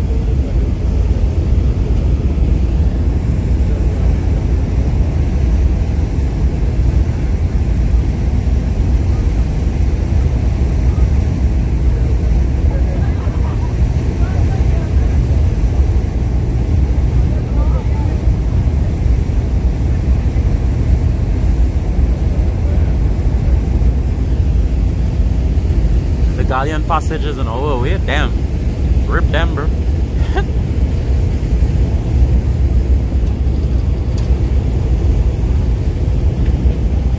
Alright, so you guys are just gonna see the outline of the mountains because this is the part of Chaguaramas that is past like the army base, so there's nothing here really. And then we are going to go through the islands maybe in like 10 minutes.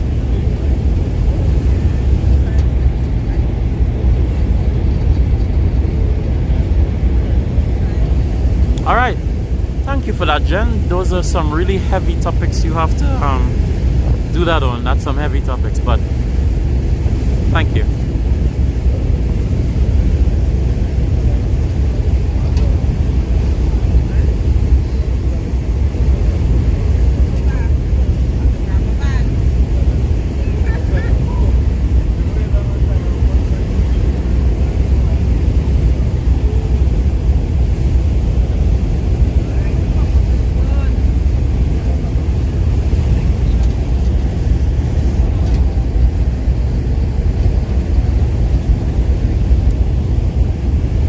Pages long. Shoot.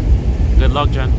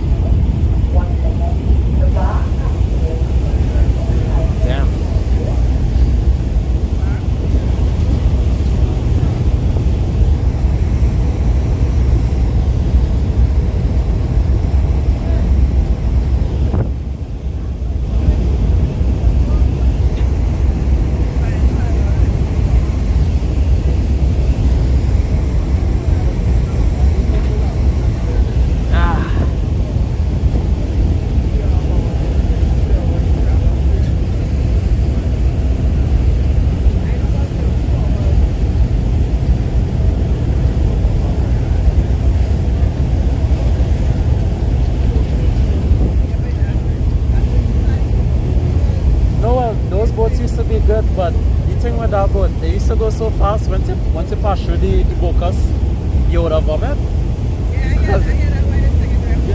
Because them fast boats through the Bocas was rough.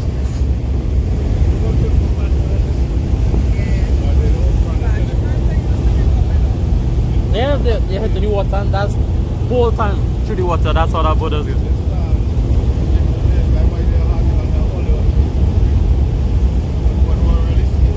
But it was nice to reach Tobago in 2.5 hours. It was nice, but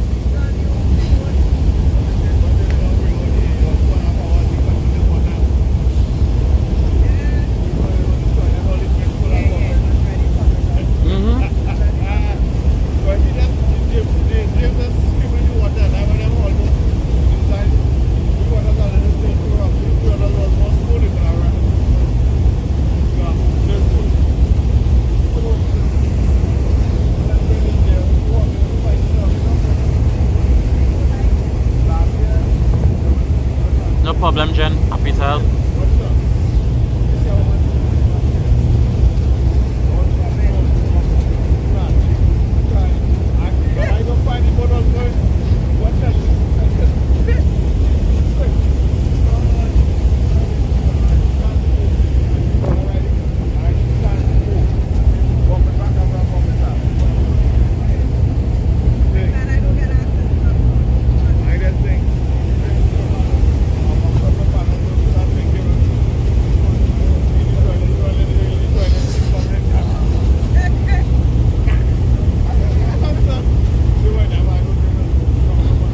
No, yeah.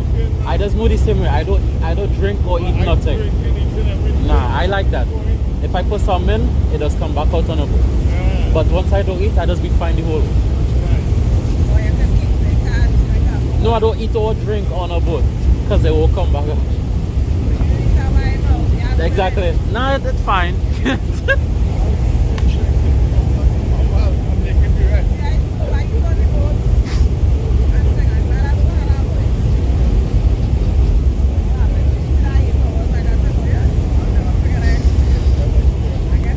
What boat that was?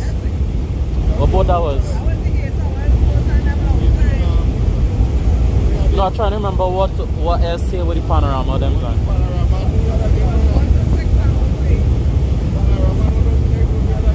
Was it the Kobo Star?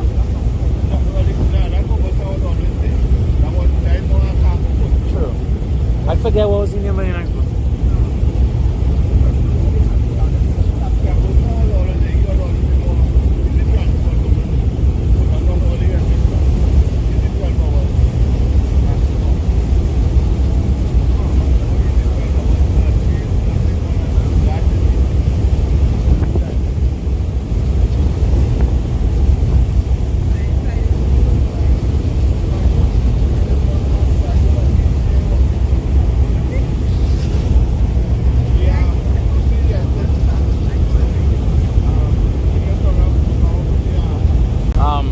I come up with it too, I know what you're talking about. Yeah, the Booker. Yeah.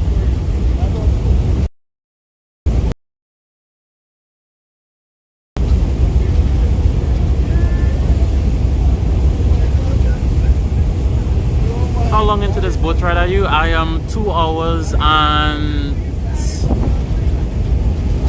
something, like 15 minutes into this boat ride.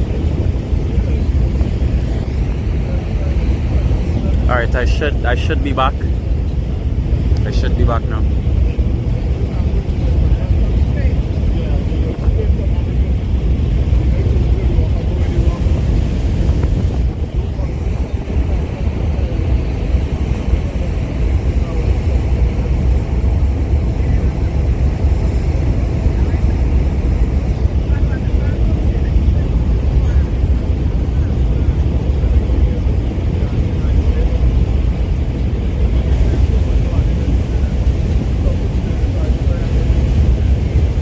Supposed to reach Port of Spain at 9 p.m.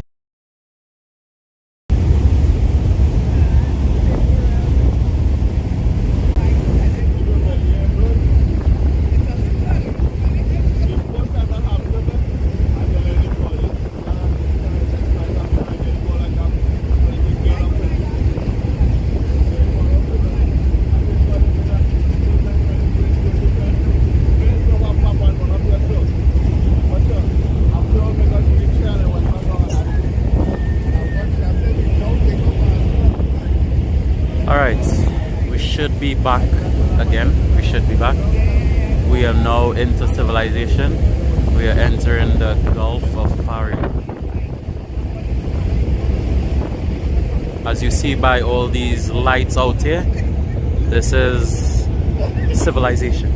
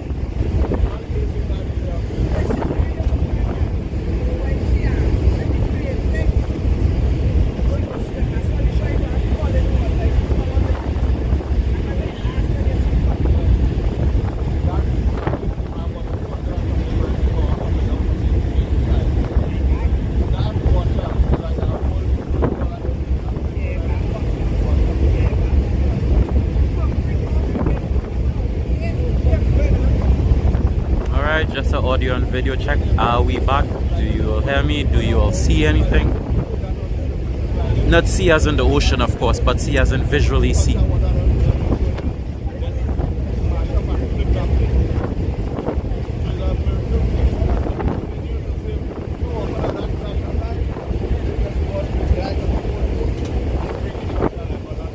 Thank you, Sandra.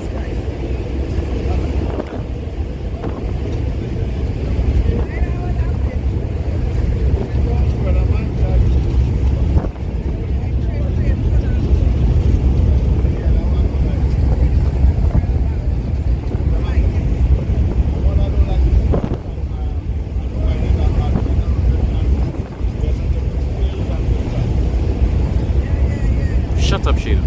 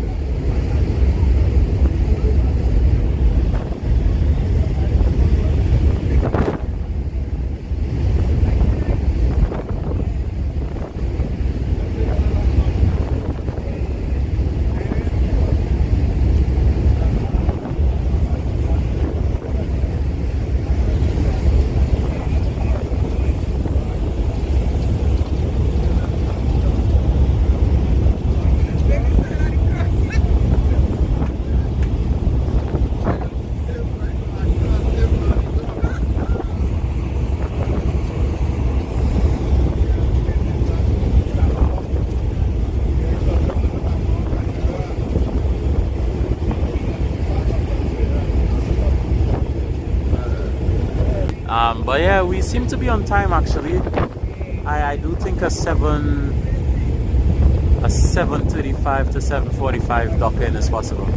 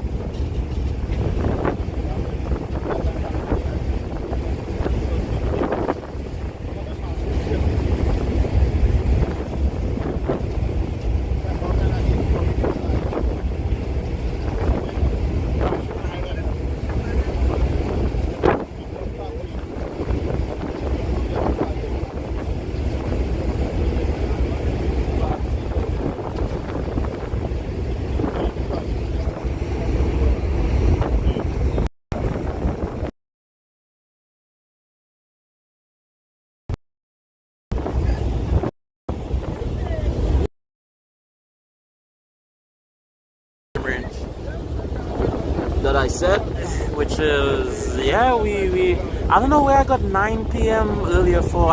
For some reason I just didn't do the math properly. Like if we left Tobago at 4:35 to 4:40, where did I get 9 p.m. from, bro? I was trolling in that mathematics there, bro.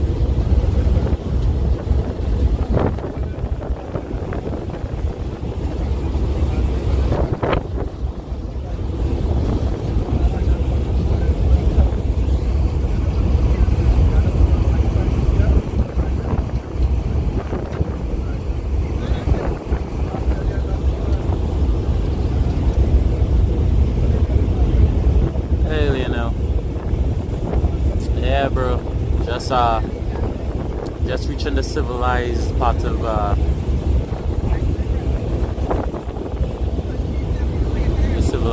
Trinidad. No, not civilized. The civilization part of Trinidad.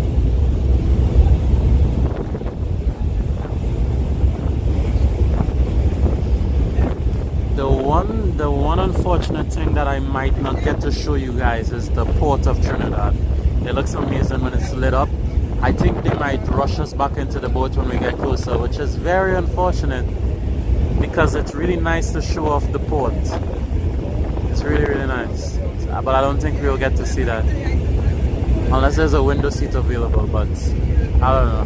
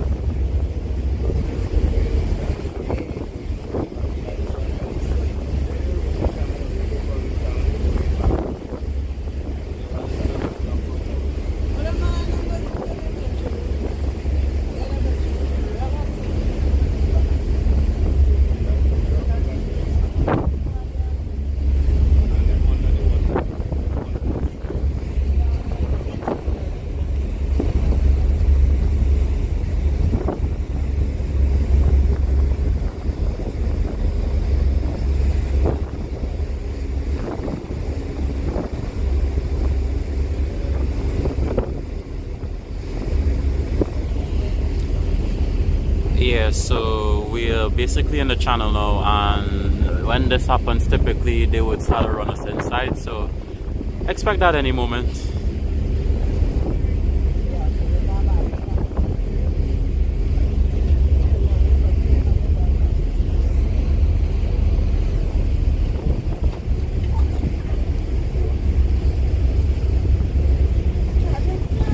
Here's a fast charging power bank.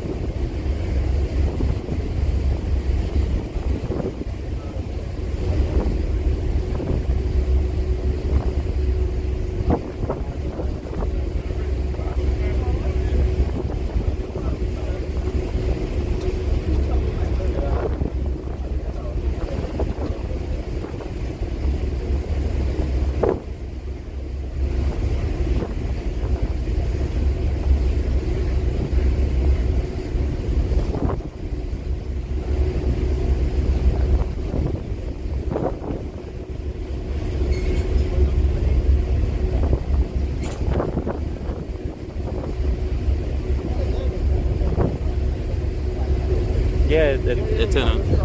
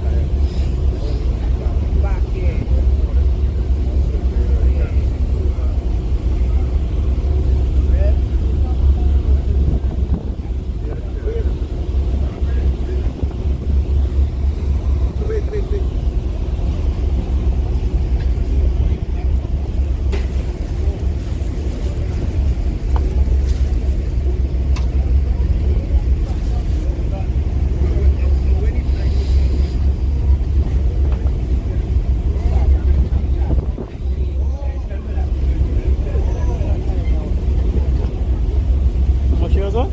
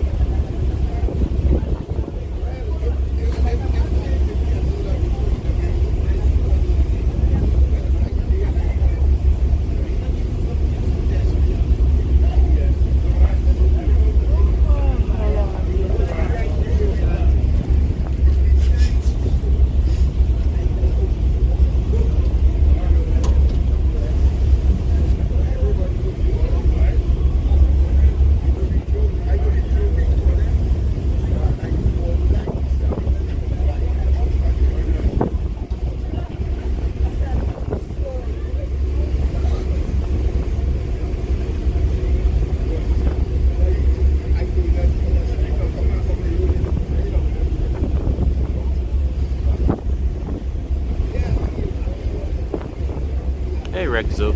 Nah. You have a smidge of the light in the background there.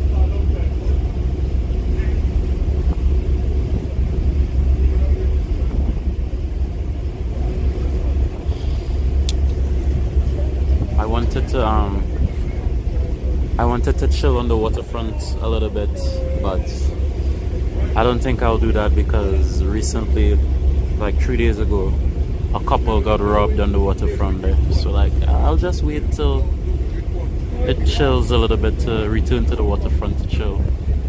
Would have been a nice way to cool down the Tobago trip, but such is Trinidad.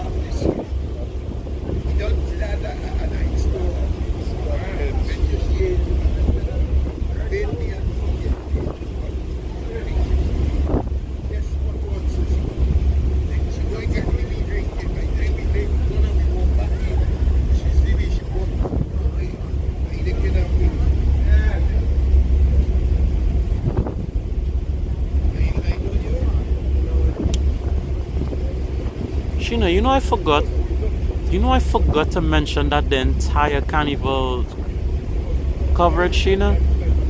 I totally forgot about that. Because sometimes when you watch on cell phone, especially on phones, you have to manually carry up the quality. And I am sorry for everyone who's watched in probably 144, 240. I totally forgot about that. Damn, some people probably was like, what type of quality is this trash streamer streaming with, man?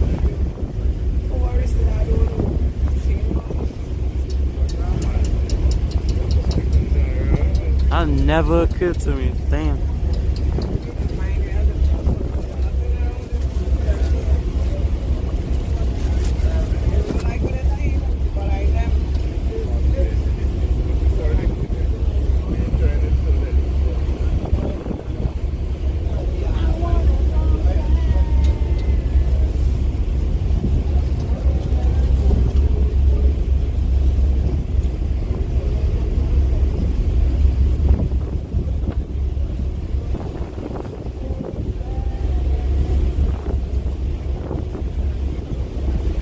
So Sheena, interestingly enough, right? You see all those lights you see, and they're kind of going upwards. So that's a whole mountain, right? That's a whole mountain that people live on, because you know, island lifestyle. And where it stops is basically where civilization ends, and then there's a whole mountain going up after that.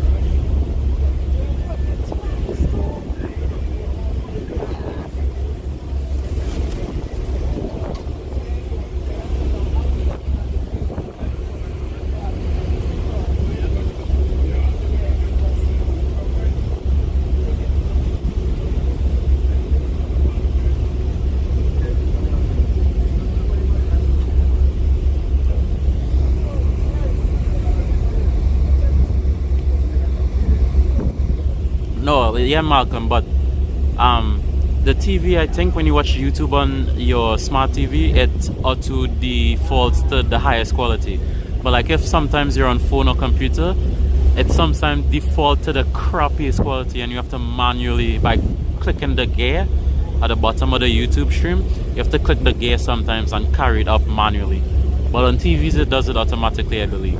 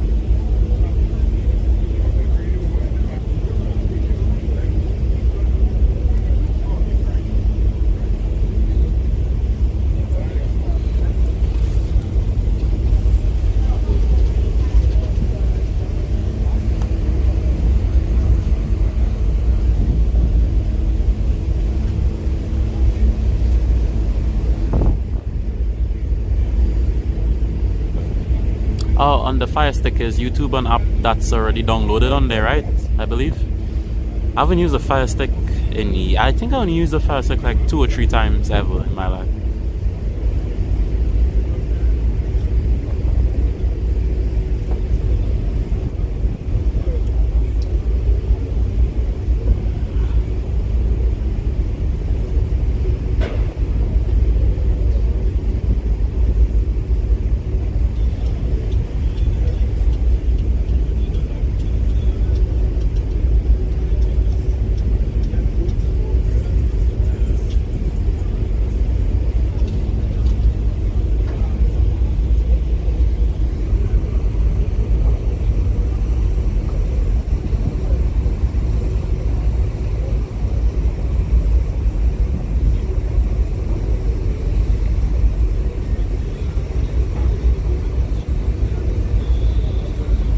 Yeah, Malcolm, yeah. That's it, and I forgot the entire Carnival stream to tell people that it slipped my mind that is a dumb thing that happens with YouTube. So much people could have been watching in better quality, especially in the night, and I forgot to mention.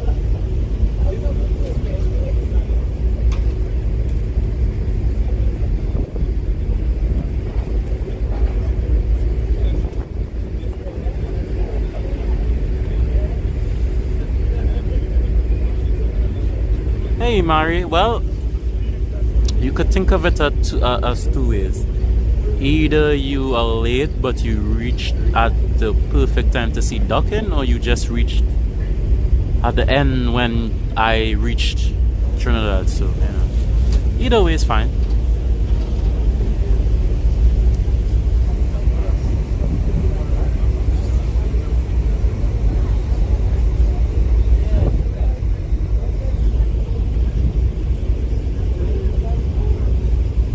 Alright, Jen, have a good night.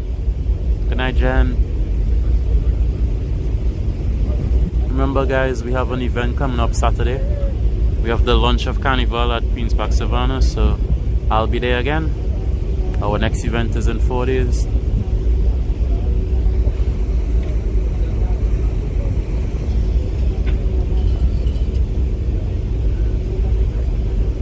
I think I'll be missing dinner tonight. I ate a bunch of food today. I ate the remainder of the crab and dumpling, and then I had more food before I came on the boat.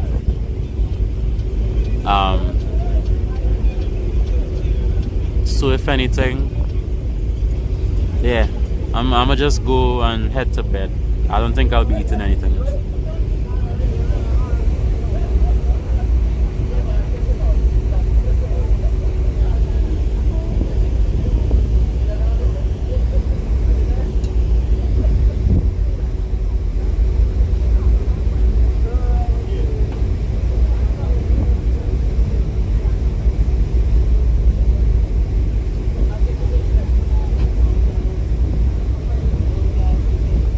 Yeah, boy. Definitely no roast pork again, boy. Ja.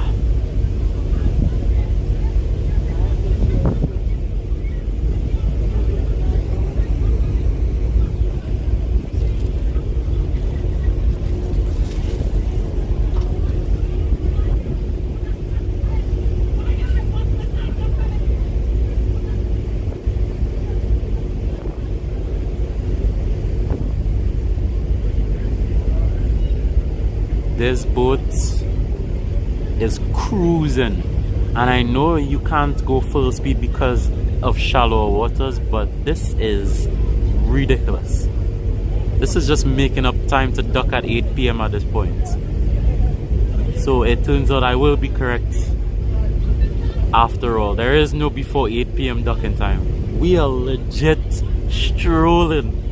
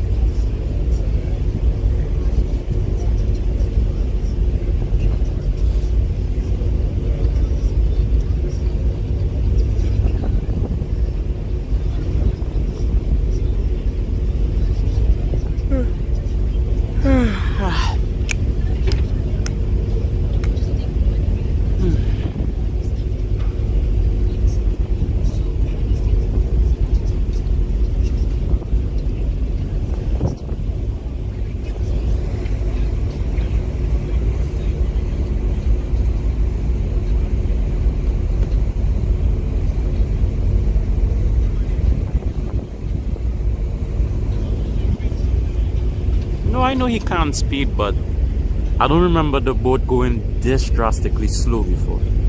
Like, this is just... You could probably walk faster than this boat.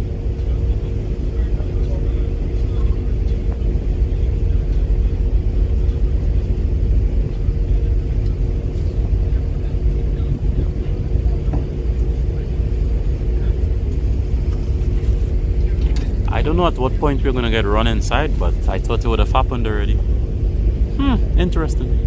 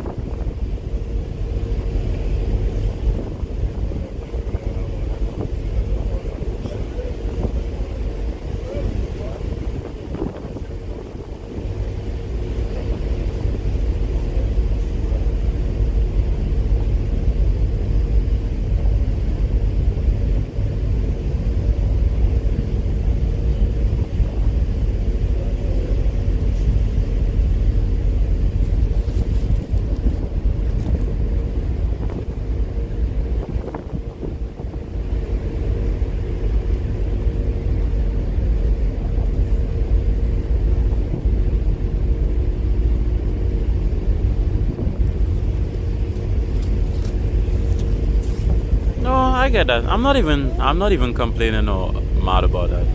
As long as I am safely getting them good. I'm just happy to make it safe.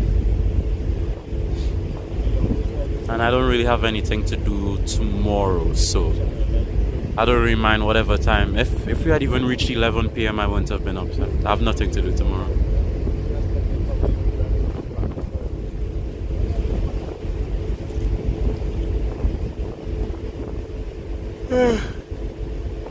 Damn.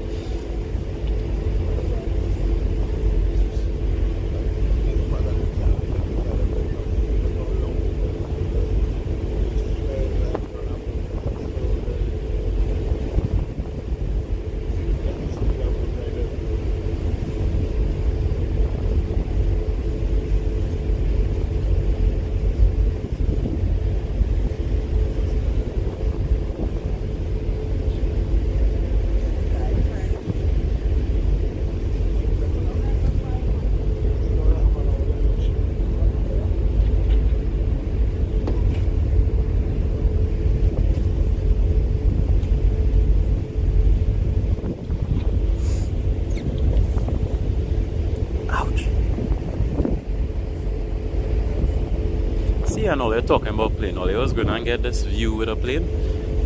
As soon as we start the live stream on a plane, I had to end the live stream. Like, come on now.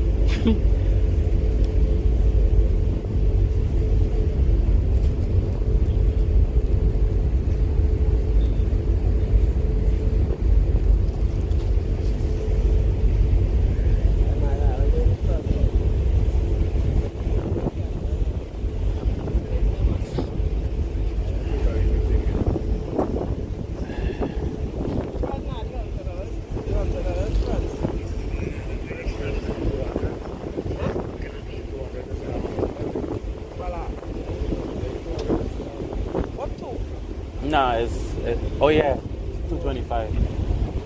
Which now that I think about it, I pay for a ticket and out here full time. Look at life, man. Going anywhere.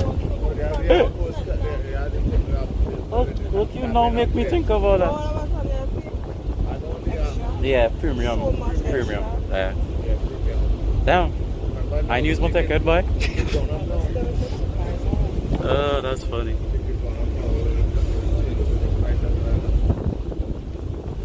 That's escaped my mind clean.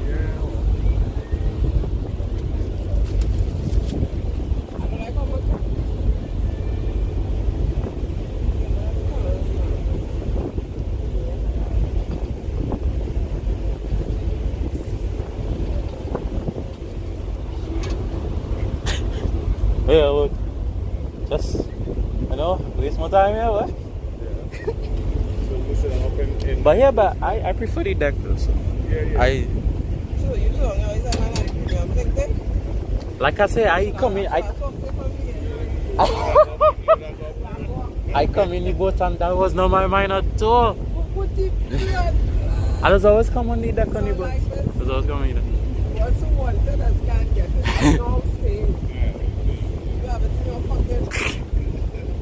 That whole thing going on what I see. Ah, that's the funny moment of the day right there. Yes. Oh my god.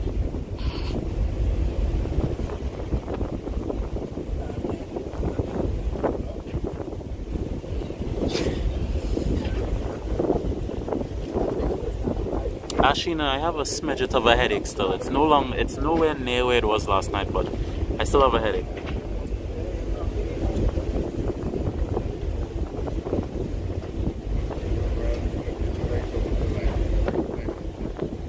Yeah, I on the correct boat. I just I forgot I bought a premium ticket on this boat for special treatments. I forgot completely because I always come up on the deck on the boat all the time. Like I don't really go anywhere else on the boat, so I totally forgot about it.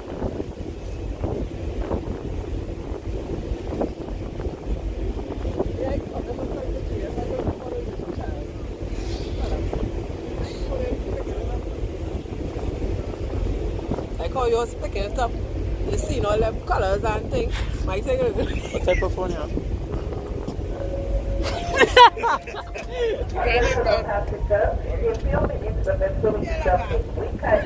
What you get? Gosh, we getting run. Gosh. No. Just when the view start too, man. No, man. I always like to see the duck, bro. Oh, God.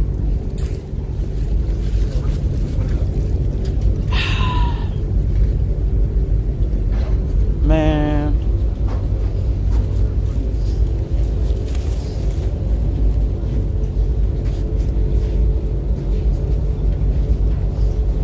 Alright, let me see if I can get by this guy here.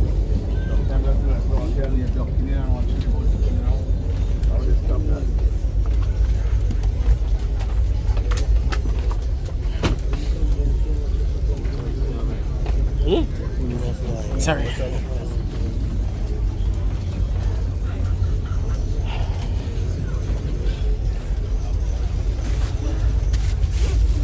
Madam, then what do you want to sit or? Yeah, I will. Oh.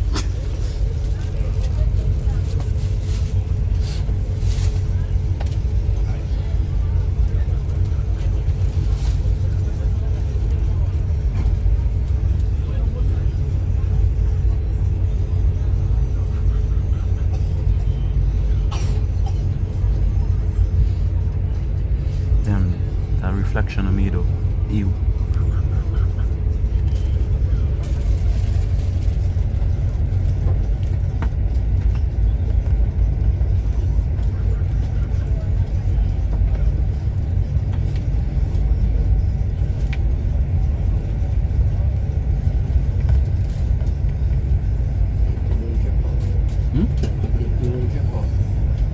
That's all I went to.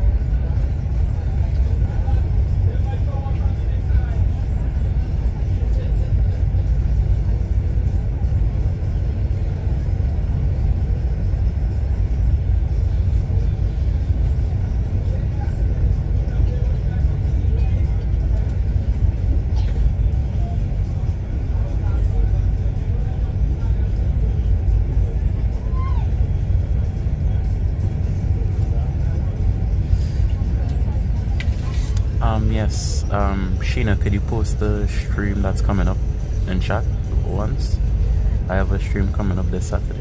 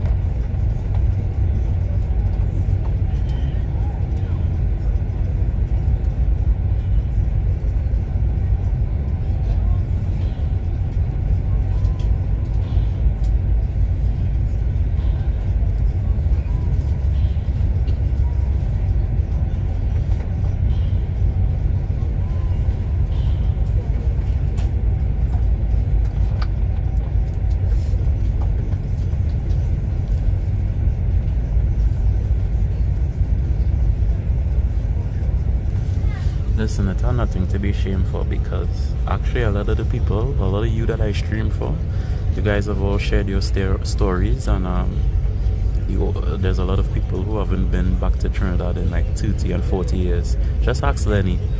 Lenny don't love Trinidad no more. Ask Lenny how long he's been here. Time to make Lenny out.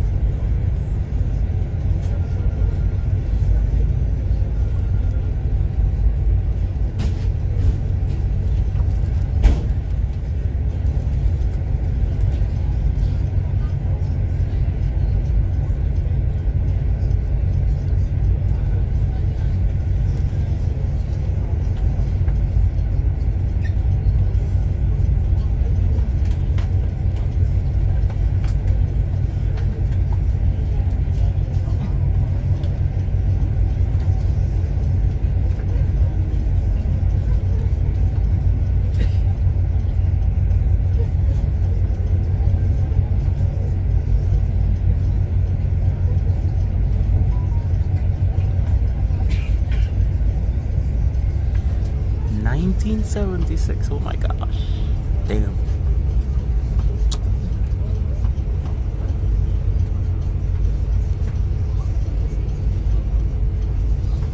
Well, hey done. I hope you enjoyed for your first time.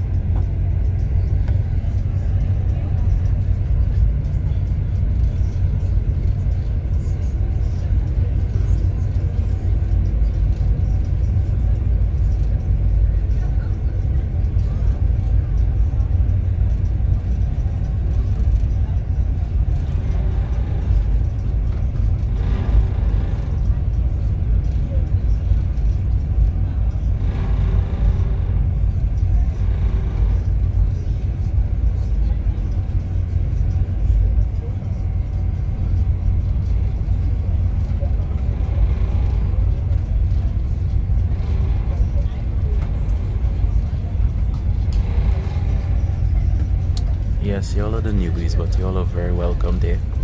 I don't think you should have too many problems with us.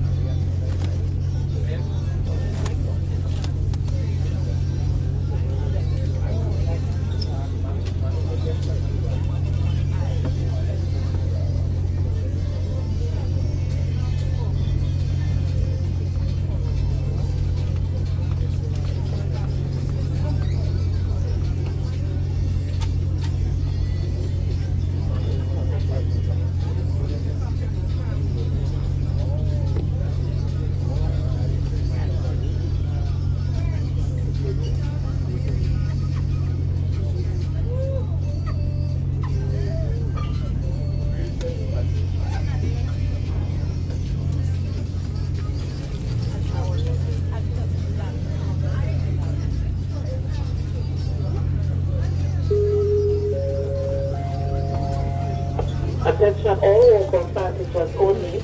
You are kindly asked to disembark at the back of the vessel. All local passengers only. You are kindly asked to disembark at the back of the vessel. Kindly ask all drivers please remain seated until further instruction is given for disembarking. Thank you.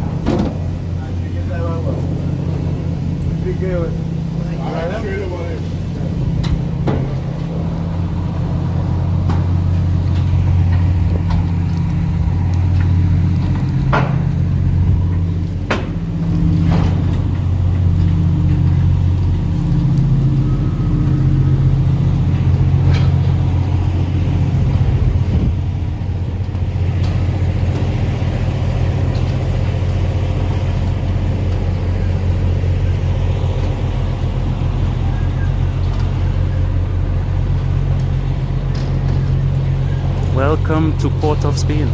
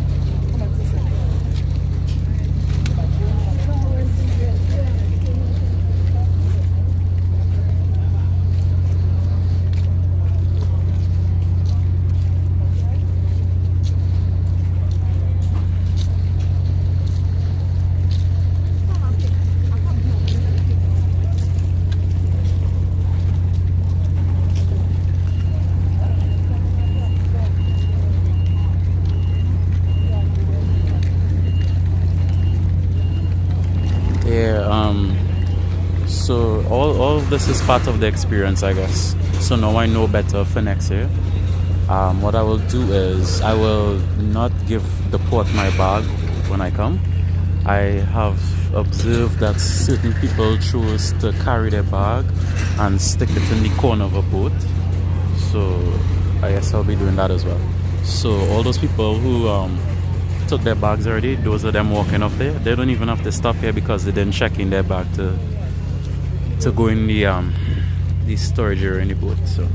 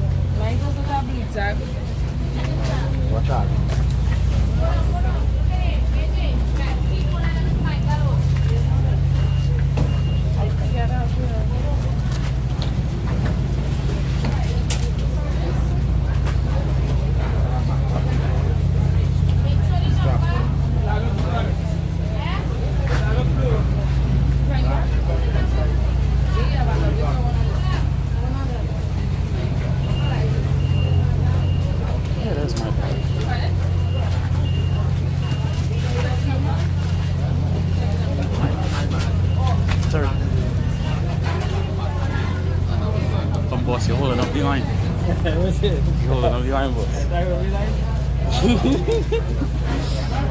Hey, if ever we bounce up again, don't forget to say hello, boss. It was nice meeting you. Yeah, nice meeting you. It was nice meeting you. Yeah, nice meeting you. Okay, bye.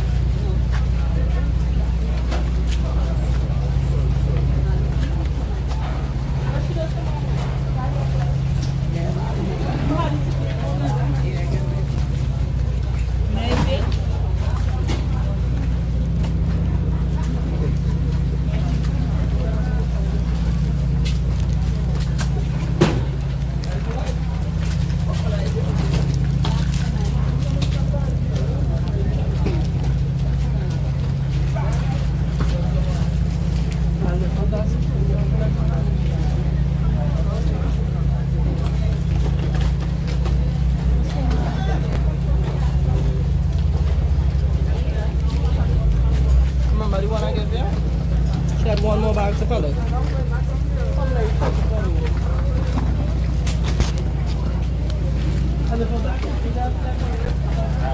And we are free, boys. We are free.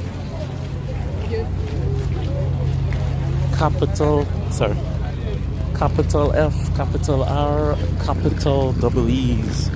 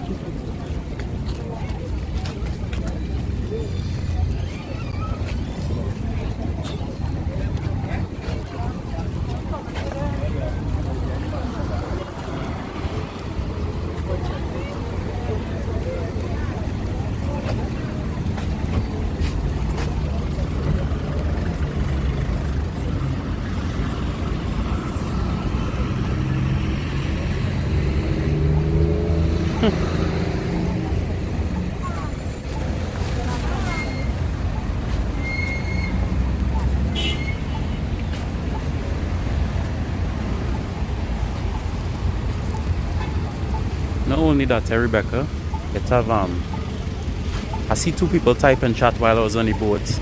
Like the trip take faster? Nope. Actually the trip take way longer than we going up to Tobago, because you know that old saying, time does pass fast when you're having a good time? Well, it took real plenty on this trip. Real plenty. That's why I didn't feel the time. And the conversation after it was going, it was vibes, so that's why. But it was actually almost 45 minutes to an hour longer.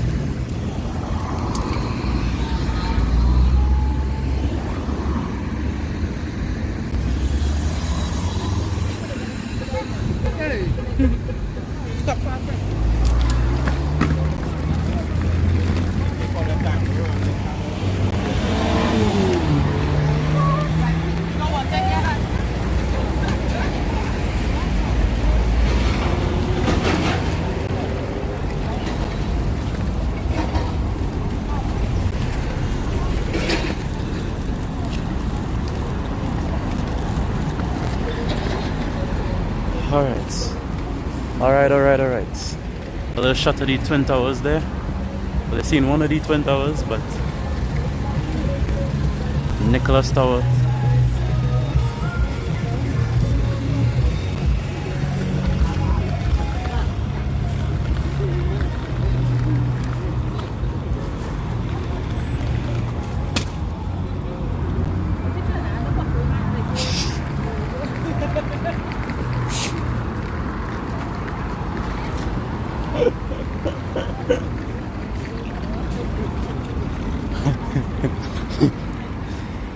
Oh, that's so great to be back in Trinidad to hear that. So this woman was wheeling her carry-on bag, and it slipped out her hand. That's what made the loud twa on the ground just now. And it so happened that her suitcase luggage bag got stuck in a pothole, bro. It got stuck in a pothole. The first laughter in Trinidad. Oh my goodness. Only in Trinidad.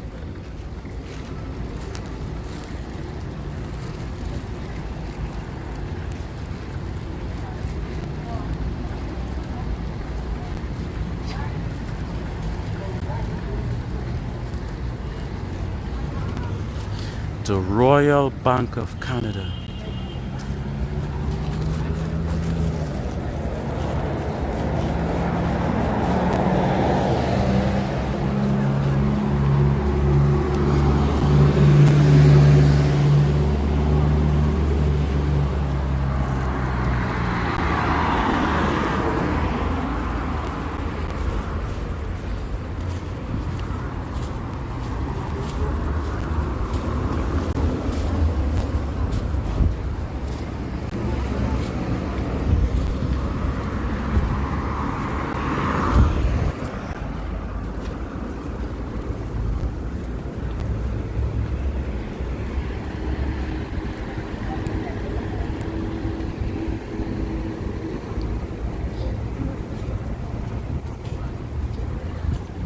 No, this bank ain't with it at all. Not this bank.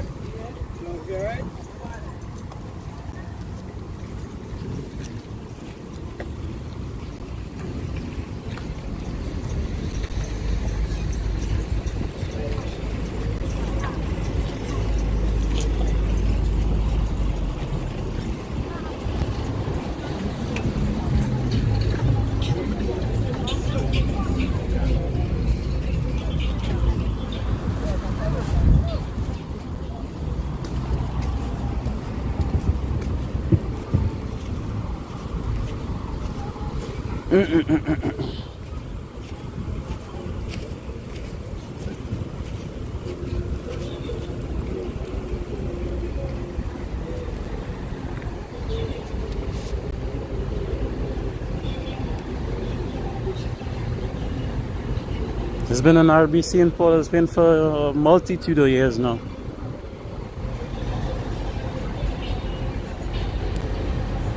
Alright, this bag is I need to put my sweets away. I bought some Tobago onion sweets, by the way. I didn't show it to you all, but eh.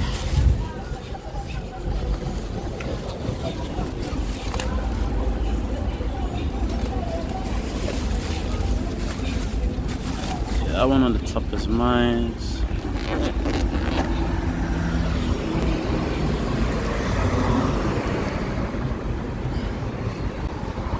Alright, we good to go now.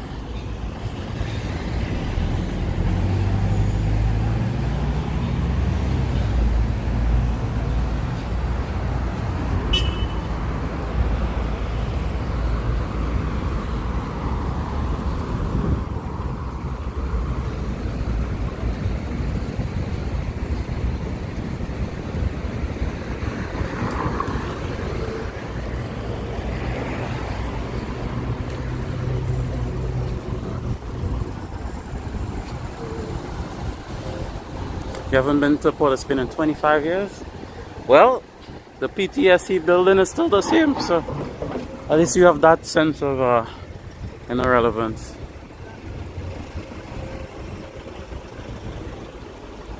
But yes, Port Spain always needs a cleanup, but before Port Spain deserves a cleanup, it needs to sort out its flooding issue. Because it doesn't matter if you...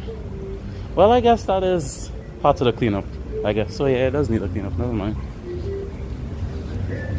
Because I was gonna say, when it floods, it just messes up the place all over again, but yeah, it's a cycle.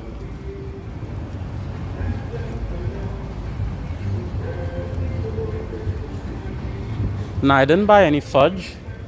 I didn't buy any fudge, but I bought Bene balls, I bought shortcakes, and Bene ball shortcakes and tamarind balls and red mango. Yes, that's what I got.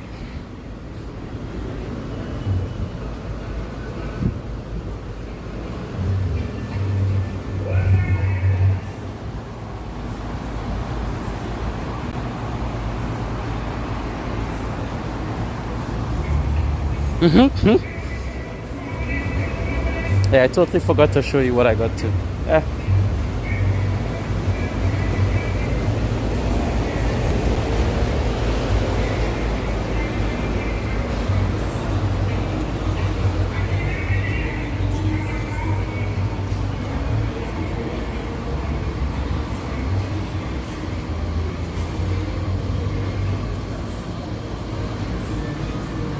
don't think I have anything home to gulp down.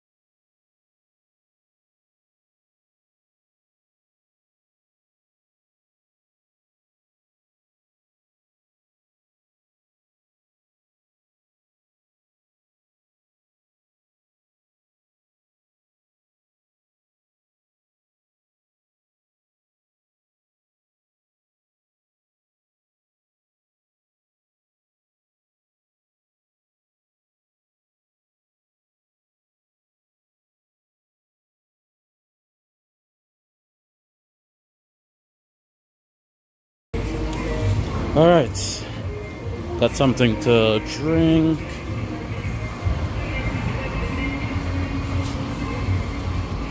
Damn, why is this bag so heavy? Oh my gosh, this bag is 3 times heavy.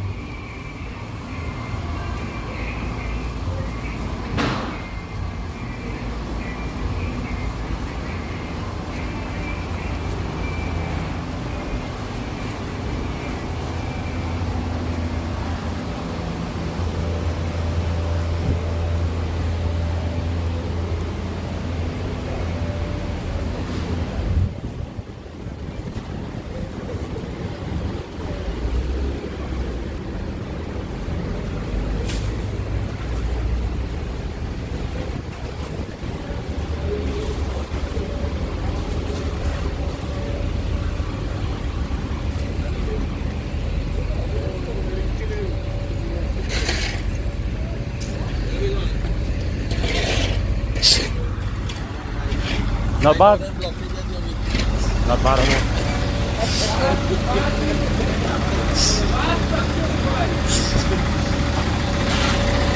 No, it's my dad's speed. Ah, good night. This is our speed. Sorry.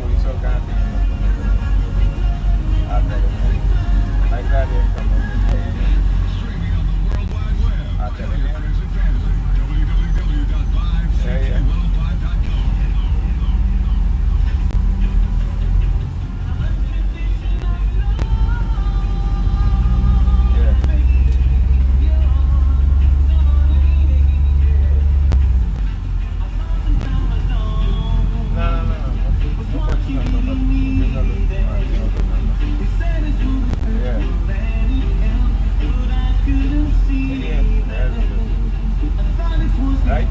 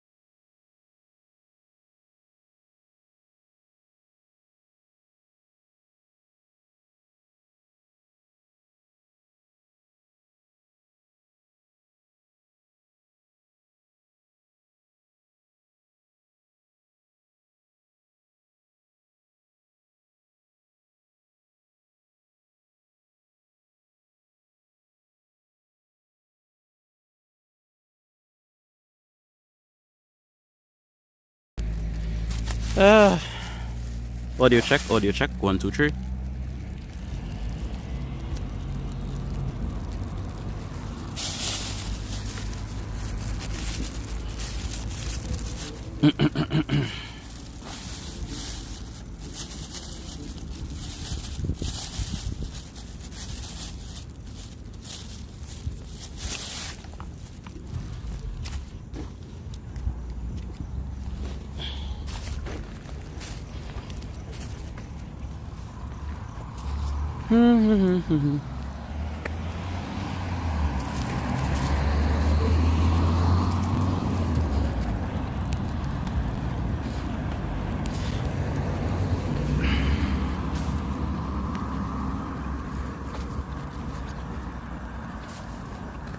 I could travel with this maxi driver anytime.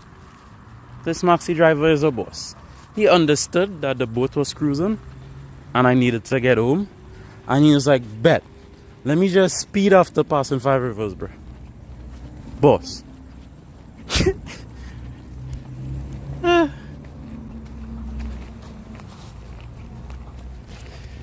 Okay.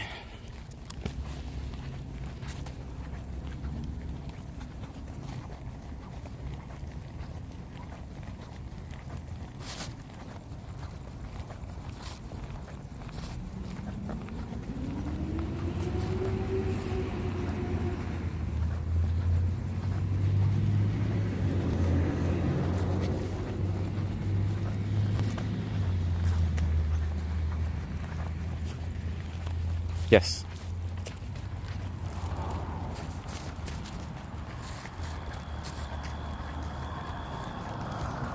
Oh. Damn. Dirty clothes, I guess, hold more weight than clean clothes.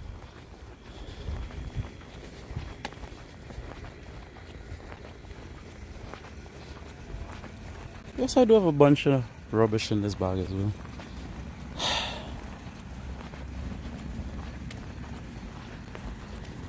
Yeah, my foot doesn't belong to me right now, however. My foot is not mine. It is clearly somebody's own. My foot is coming from Amazon. Should be here in 2 to 3 business days. Because it couldn't be my foot right now.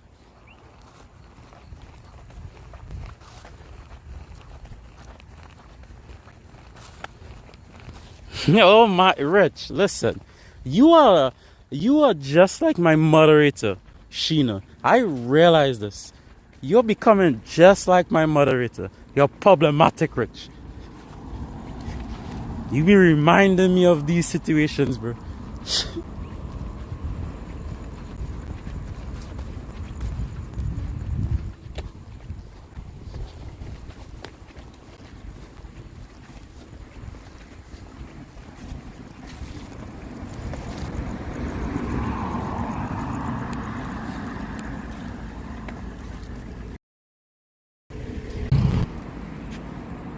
Thingies that you plug in and you have to fill it with water and you could put your foot in it. That thingy.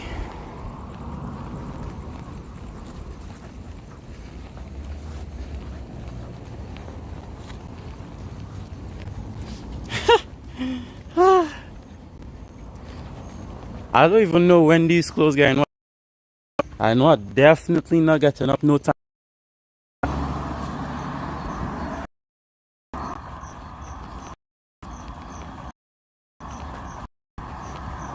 No problem, Ingrid.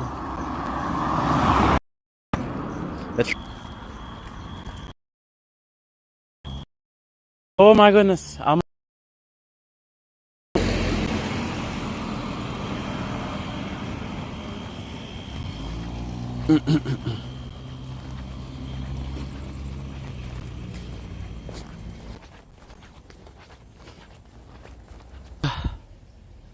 Okay. Whew. Nah, boy.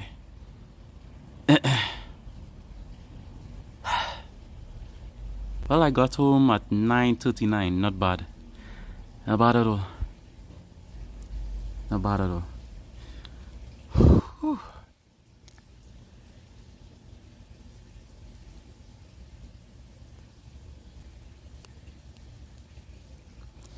Okay, is my cam up? Yes, no?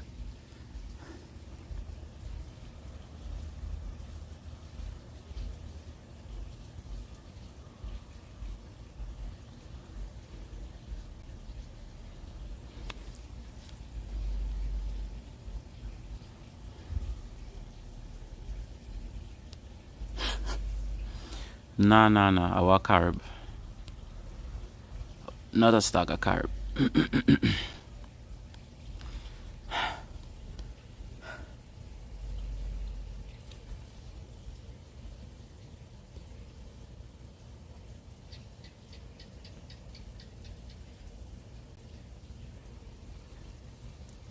Alright, I am exhausted.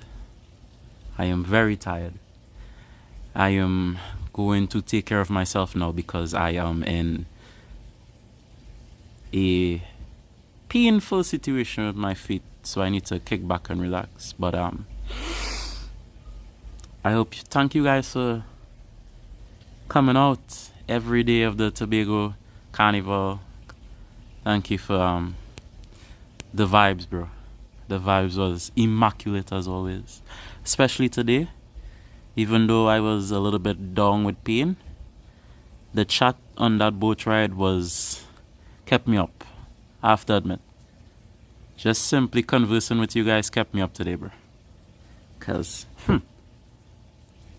this headache and that foot pain, But I had a good time with you guys as always. Hope you guys enjoyed all the streams. Sorry for the little technical issues here and there, but I think it was alright for the most part.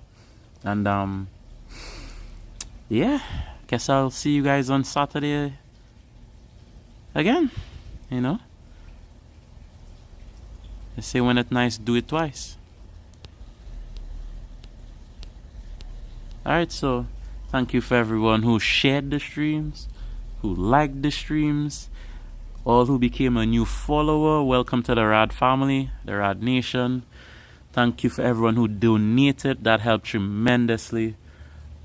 Thanks to everyone who followed on the social medias. But more importantly, just thanks for being here. Thanks for being here.